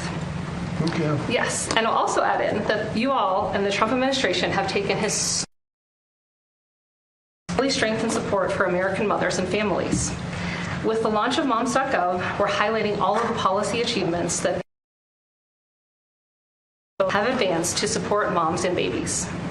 Moms.gov is a first-of-its-kind resource that offers all sorts of guidance and information to support the health and well-being of mothers and their families. Moms.gov also really helps support expecting parents who are navigating difficult or unexpected pregnancies. We are committed to supporting women's health throughout motherhood and at every stage of life. Supporting women's health is not just a policy, it's a promise. Mothers help build healthy families, and that healthy families build a healthy. So I want to thank you, Mr. President, Secretary Kennedy, and everyone here for your support of women's health. Thank you, Doctor, very much. Thank you. Well done. It's well done. Dr. Adams, please, about child care. Thank you, Mr. President. This Mother's Day, we recognize the reality for millions of Americans, and that's child care has become too expensive, too difficult to find, and too disconnected from the needs of working families. For years, Washington's answer has always been the same: more bureaucracy, more mandates, and higher costs for everyone. President Trump, you are taking a different approach. Under your leadership, we're advancing a child care reform package that puts parents back in charge. And we're going to do three primary things. First, we're restoring parental choice. That means bringing faith-based providers back to the table, and it means recognizing the vital role played by home-based providers, relatives, and parents who choose to stay home during the earliest years of their children's lives. Second, we are cutting unnecessary red tape that forced providers to close, limited access to care, and made it harder for working families to find the support they needed. We're moving away from one-size-fits-all federal mandates and instead empowering parents to meet their child's unique needs. And then third, we're strengthening accountability to ensure taxpayer dollars are protected from fraudsters. Under the Biden administration, they essentially backed the Brinks truck up to states and sent the security home. We think Americans deserve better. We will ensure that these funds go to families who truly need support. Our goal is simple: more affordable options, more providers, more choices for parents, and more accountability for taxpayers. Mr. President, your pro-family agenda recognizes a simple truth: strong families build a strong nation. And if I could just add on a personal note, Mr. President, I want to thank you for your leadership and everybody up here for their leadership on fertility issues. My beautiful baby girl, Emerson, is a product of IVF, and I thank you for your leadership on that issue and sharing the joy of parenthood with many, many more American families. Thank you, sir. Well, thank you very much, Doctor. It's great to know. That's been really successful under this administration. And again, Katie, you were so helpful. Bobby, do you have something to say? Very, very briefly, Mr. President. I just wanted to stress what a huge win for the MAHA movement and for the pro-life movement Moms.gov is. It is one-stop shopping for IVF, for prenatal care, for postnatal care, for nutrition, for baby formula, and of course for Trump RX. We have, as Dr. Oz pointed out, a fertility crisis in this country right now. We just found out that we've dropped out of 1.57%. The replacement rate is 2.1. 100 years ago, we were at 3.27, so more than double than we are today. We are approaching the cataclysmic rates that Japan and China are now experiencing that is threatening their economy. It's a threat not only to our economy, to our national security, it's a direct threat to our Social Security Trust Fund, to the Medicare Trust Fund. President Trump has directed my agency to find out the cause of the fertility crisis, and that is part of this program. We're looking at the impact of metabolic challenges, which directly affect fertility, of obesity, which affects fertility, of endocrine disruptors, of pesticides, of this toxic soup that our young women are walking around today to try to figure it out. The fertility crisis for women began in 2007. For men in 1970, men had twice the sperm count as our teenagers do today. This is an existential crisis for our country. We had a series of presidents that were trying to discourage childbirth and motherhood in this country. We now have a president that is trying to encourage it, and I want to thank you again for your leadership. Thank you very much, Bobby. And there's another word, autism, that we're very much involved with. And I have my own ideas, but Oz and Bobby and everybody, they're really focused on it very hard. I think in a certain way, I would like you to look at the payment schedules, Bobby, because I think it's very skewed because of the payment schedules. You understand what I mean? Yes. We're bringing you some ideas. I think it has to be. I think it's just crazy. I think that's what's happening. Can't pay more for that to a doctor. I mean, every person around is going to have autism.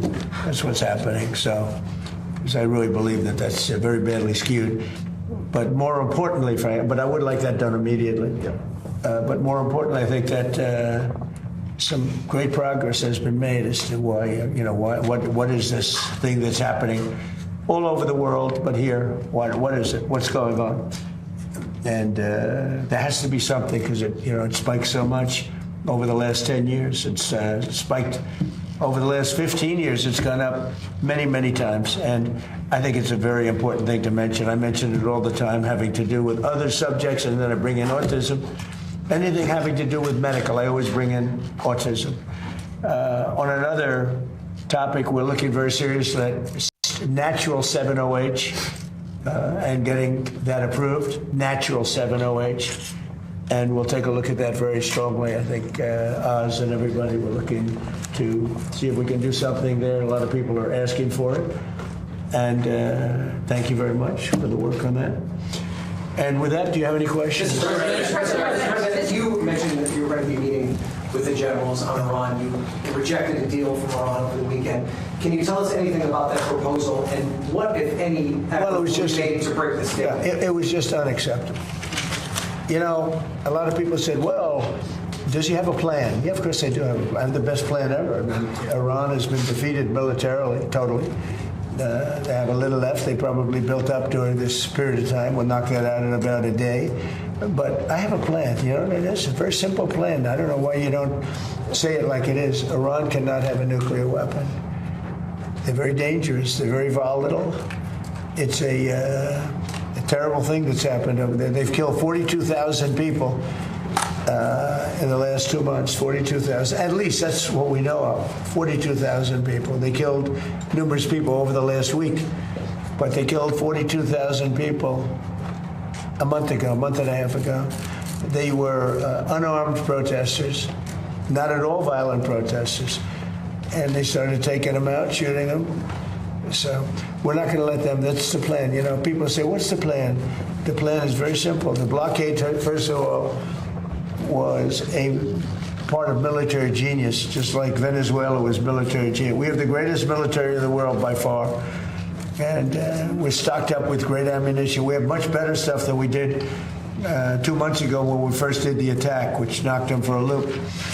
But very simple, Iran cannot have a nuclear weapon. Can't have it. And if they did have it, the Middle East would be gone, Israel would be gone, and they'd hit Europe probably next. We're doing the service to the world. And this has gone on for 47 years. Other presidents and leaders of other countries that have the power should have done it, but they didn't do it. But it's a very simple plan. Iran cannot have a nuclear weapon, and they won't have a nuclear weapon. And they didn't want to go that far. If you can believe it, they didn't. How stupid. Are they stupid people? They didn't want to believe it. They think that, well, I'll get tired of this, or I'll get bored, or I'll have some pressure. But there's no pressure. There's no pressure at all. We're going to have a complete victory.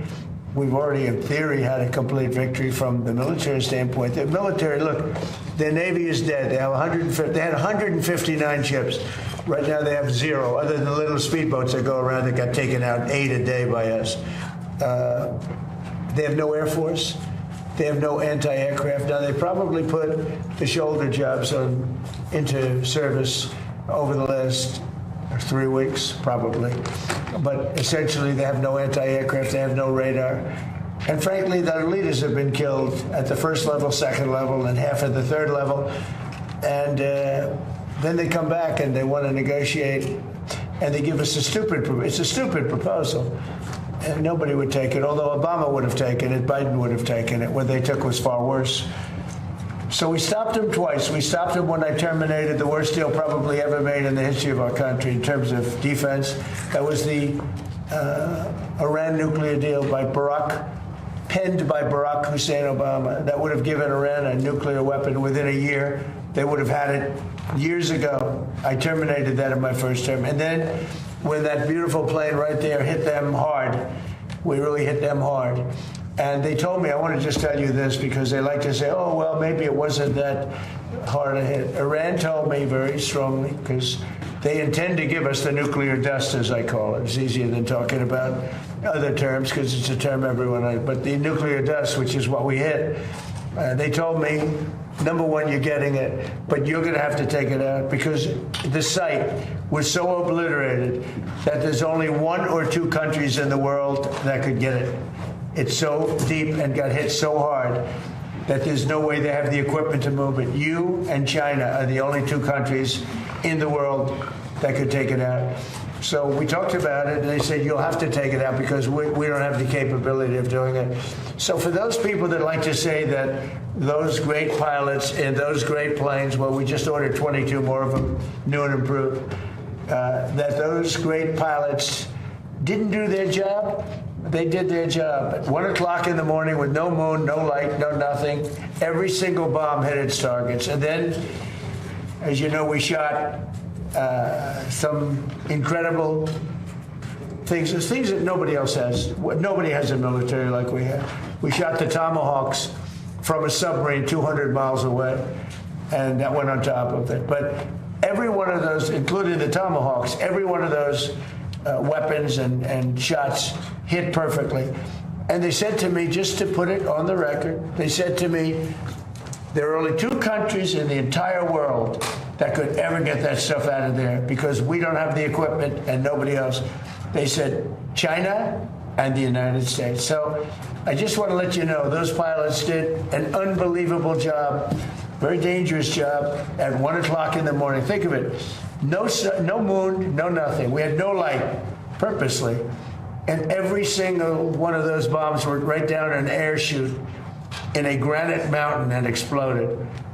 And they are unable to get it, even if they wanted to. But we're not going to take a chance. So that's part of the deal. So, sir, are you saying that Iranians agreed to allow the removal of all their enriched uranium? Yeah. Well, they did it 2 days ago. They didn't. Okay. They did 2 days ago. They said, you're going to have to take it. We were going to go with them. But they changed their mind because they didn't put it in the paper. So when they sent us this document that we waited 4 days for, that should have taken 10 minutes to do, look, very simple. We get that. They guarantee no nuclear weapons for a very long period of time. and a couple of other minor things, but they just can't get there. So they agree with us, and then they take it back. But they said to us that it was so badly obliterated, it was the word they actually used, that was my original word, that it got challenged by some of the fake news. And it wasn't challenged with any knowledge. It was just challenged like they were hoping that this wouldn't have been so successful. No, it was obliterated. We have the greatest military in the world. I built it largely in my first term, and I didn't know I'd be using it quite this much in my second term. But very simply, when they say, does he have a plan? Yeah, I have a plan. The plan is very simple. You know, in war, you have to change. You have to be flexible. You have a lot of plans, but you have to do different plans in different days. But I have a great plan. But the plan is they cannot have a nuclear weapon. And they didn't say that in their letter. Mr. President, leadership changes that you've talked about in Iran, is this still a leadership that you believe you can negotiate with, can ultimately reach a peace I think deal so. with? Well, you have two. You have the moderates and you have the lunatics. And I think the moderates are more respected. The lunatics want to fight till the end. You know, it'll be a very quick fight. But I call them. You have, just like our country, we have lunatics too. I call them lunatics. I call them stupid people too. But in Iran, they have the moderates that are dying to make a deal, and then you have the lunatics, and I guess they're a little bit afraid of the lunatics, but and why not? The level of ferocity for protests, you know, the people are watching it. They want to go out on the streets. They have no weapons. They have no guns. We thought the Kurds were going to give us weapons, but the Kurds disappointed us. The Kurds take. They have a great reputation in Congress. Congress says, oh, they fight so hard. No, they fight hard when they get paid. So I'm very disappointed in the Kurds, but they were given. I said it wasn't going to work, by the way. I just have to say it. I disagreed with what they did. They gave it. I said, they'll never get there. And I was right. I like to be right. In this case, too bad, but we sent some guns with ammunition, and they were supposed to be delivered, but they kept it. I said they're going to keep it, but what do I know? I've only been doing this a short period of time. What do I know? For the time being, the ceasefire remains in place. What? For the time being, the ceasefire remains in place. You know, it's unbelievably weak. I would call it the weakest right now. After reading that piece of garbage they sent us, I didn't even finish reading it. I said, I'm going to waste my time reading it. I would say it's one of the weakest right now. It's on life support. They understand these are all medical people. Dr. Oz, life support is not a good thing. Do you agree? Bad prognostic. I would say the ceasefire is on massive life support, where the doctor walks in and says, sir, your loved one has approximately a 1% chance of living. Yeah. Mr. President. Daniel, go ahead. Yep. One of the best reporters in Washington. Thank you, sir. Dr. Oz referenced this a little early. 2 questions on healthcare, if I can. The Council of Economic Advisors released a report saying that the most favored nation drug deals will generate about $529 billion in domestic savings over the next 10 years across all markets. How transformative and makes people better. Yeah, it does. How transformative are these deals for millions of Americans? And do you believe that the most favored nation drug deals are the Republicans' golden ticket to the midterms? I think the Republicans should walk away with the midterms. Now, typically, whoever is president, they vote the other way. Nobody knows this. Do we have a psychiatrist in the group? Nobody knows why, because I think we've had the best president. A lot of people have said, even some radical left lunatics have said that we've had the best presidency, the best first year of any president. Look, I stopped 8 wars, got the largest tax cuts in history, the largest regulation cuts in history, all the things we've done, so many, like all of this that we've done. Medically, we've done so much. You know, we did a thing called Right to Try in my first, and I could never understand it when I was a civilian, which wasn't so long ago. I haven't been doing it that long, but I always used to marvel at the fact that if they had a great drug and it had to go through the FDA, and the FDA guarded it and said you can't use it, and if a person was terminally ill and the drug was showing great promise, the person's terminally ill, they wouldn't give it to the person because they didn't want to hurt the person. And I said, well, we need something on that. And it was very important to me. And I had no idea it would be so hard to get, but we got it in total. We got it in full. It's called Right to Try. That if you're terminally ill, you have the right to try a drug that has not gone even anywhere near final. If it shows even a little promise. And we've saved thousands of lives. It was very hard to get because the insurance companies didn't want it, the doctors didn't want it, because the doctors didn't want to be blamed. The drug companies didn't want it because if it didn't work, they didn't want it on their record. So what we did is we said, we're not going to count it on your record. If somebody's terminally ill and they take the drug, it doesn't work, we're not going to count it on your record.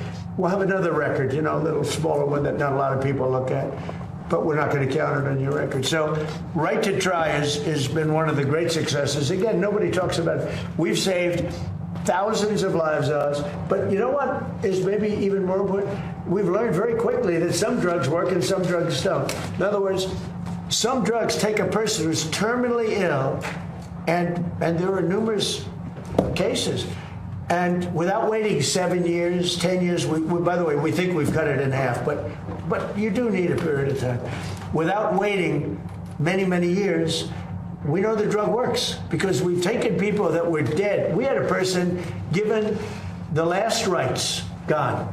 The kids are crying and started them on this drug, and the person became better. It works, and some don't work. But you learn really fast. It's called the ultimate test, I think, right? They test all these things. They use animals all over the place. They use everything to test. Person's going to die. So they didn't want it because they didn't want to be sued for, the drug companies didn't want to be sued if it didn't work. The country didn't want to be sued. So I got everybody into a room, and I said, we're going to do this, but if anybody uses it, they have to sign a document. They sign a very strong document that they're not going to sue the doctor, they're not going to sue the country, they're not going to sue the manufacturer, the pharmaceutical company, they're not going to sue anybody, but we're going to give it a shot. It has been, Right to Try has been so successful. It's been amazing. Nobody talks about it, but everyone knows how successful. Mr. President, there was a young man that we visited actually in Los Angeles, who's taking advantage of this program. Katie actually spoke to him by phone. It's from Alabama.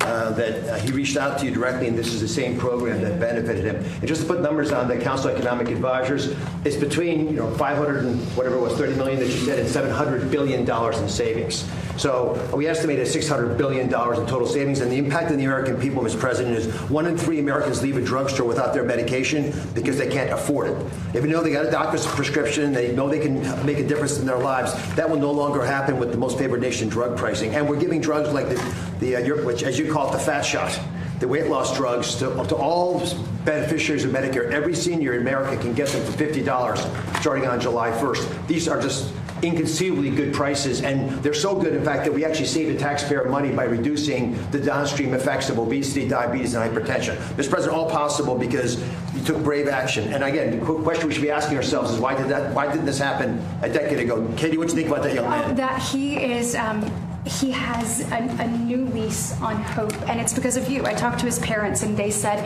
we feel so good about our country that we literally have the president and Dr. Oz and Secretary Kennedy doing everything possible to give our son a fighting chance. They said before, no one was listening, but you, Mr. President, took action. And Will Roberts, he is such a great young man. Well, Right He's to inspired Try so many people. Nobody talks about We're with him. Thousands of people, but it's also like this incredible laboratory of people that they're finished. They're terminally ill. They're not going to live. And we weren't given, and this went on for years. This went on, Madam Secretary, you're doing such a good job with prices, agriculture.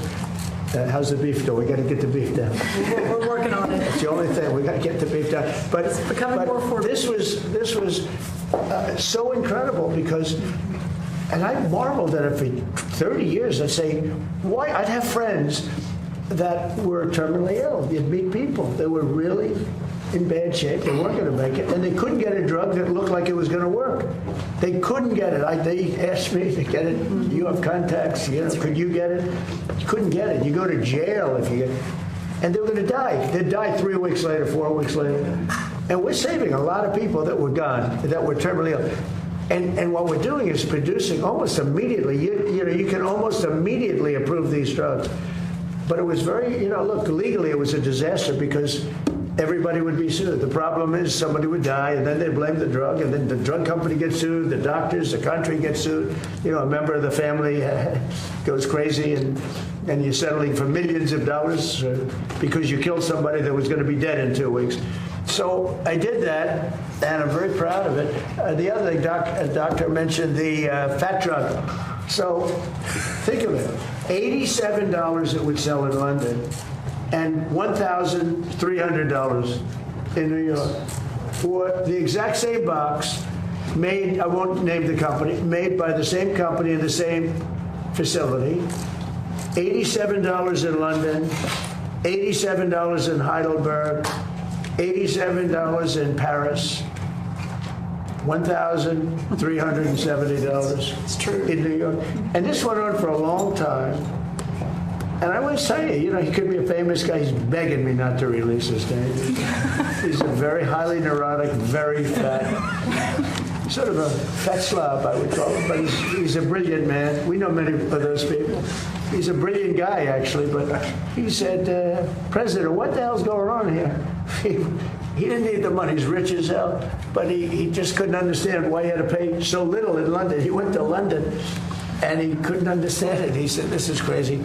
And it actually motivated me in a certain way because he was very smart. He did a study. He actually sent his people, and he traced this medicine, and he found out it was the box here is the same box as he had in New York. It was made in the same plant, and it cost 10 times more here than it did in London. And that there are worse stories than that.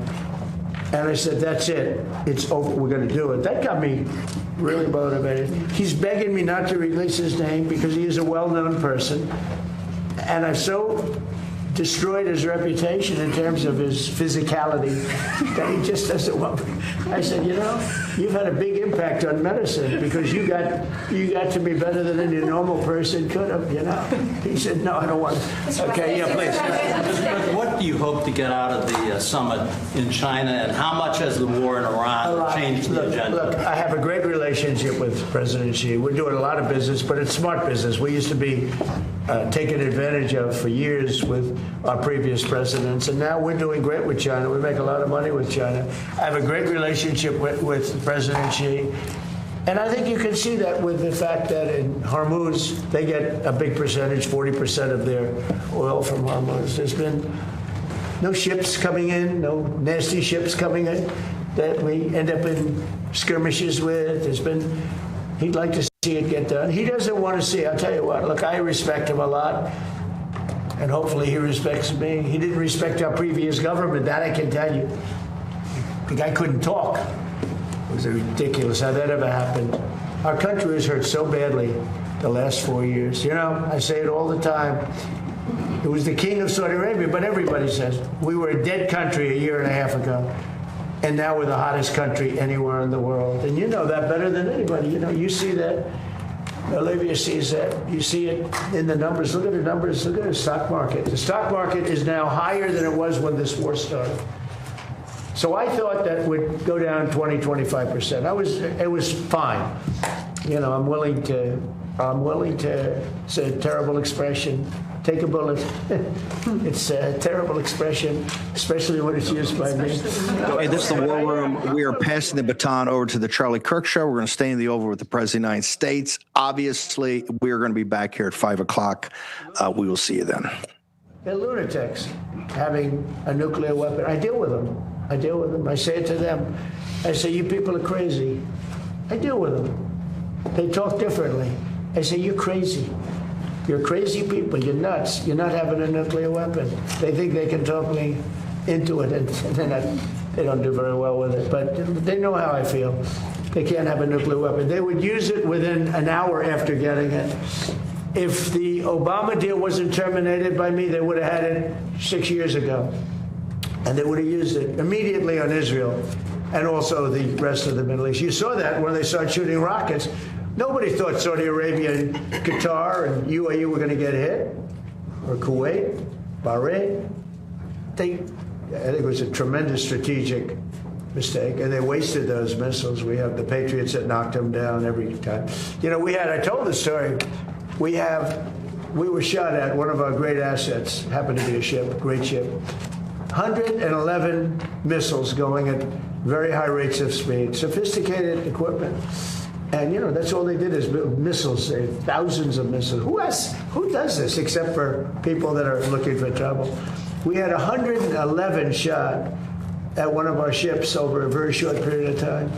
Out of 111 missiles going at 3,000 miles an hour, all 111 missiles were knocked down into the ocean long prior to arriving at the target. And the coolest guys are the guys that do this, you know. They're not brawn, they're brain. They sit there, missile shot, you gotta see it happening.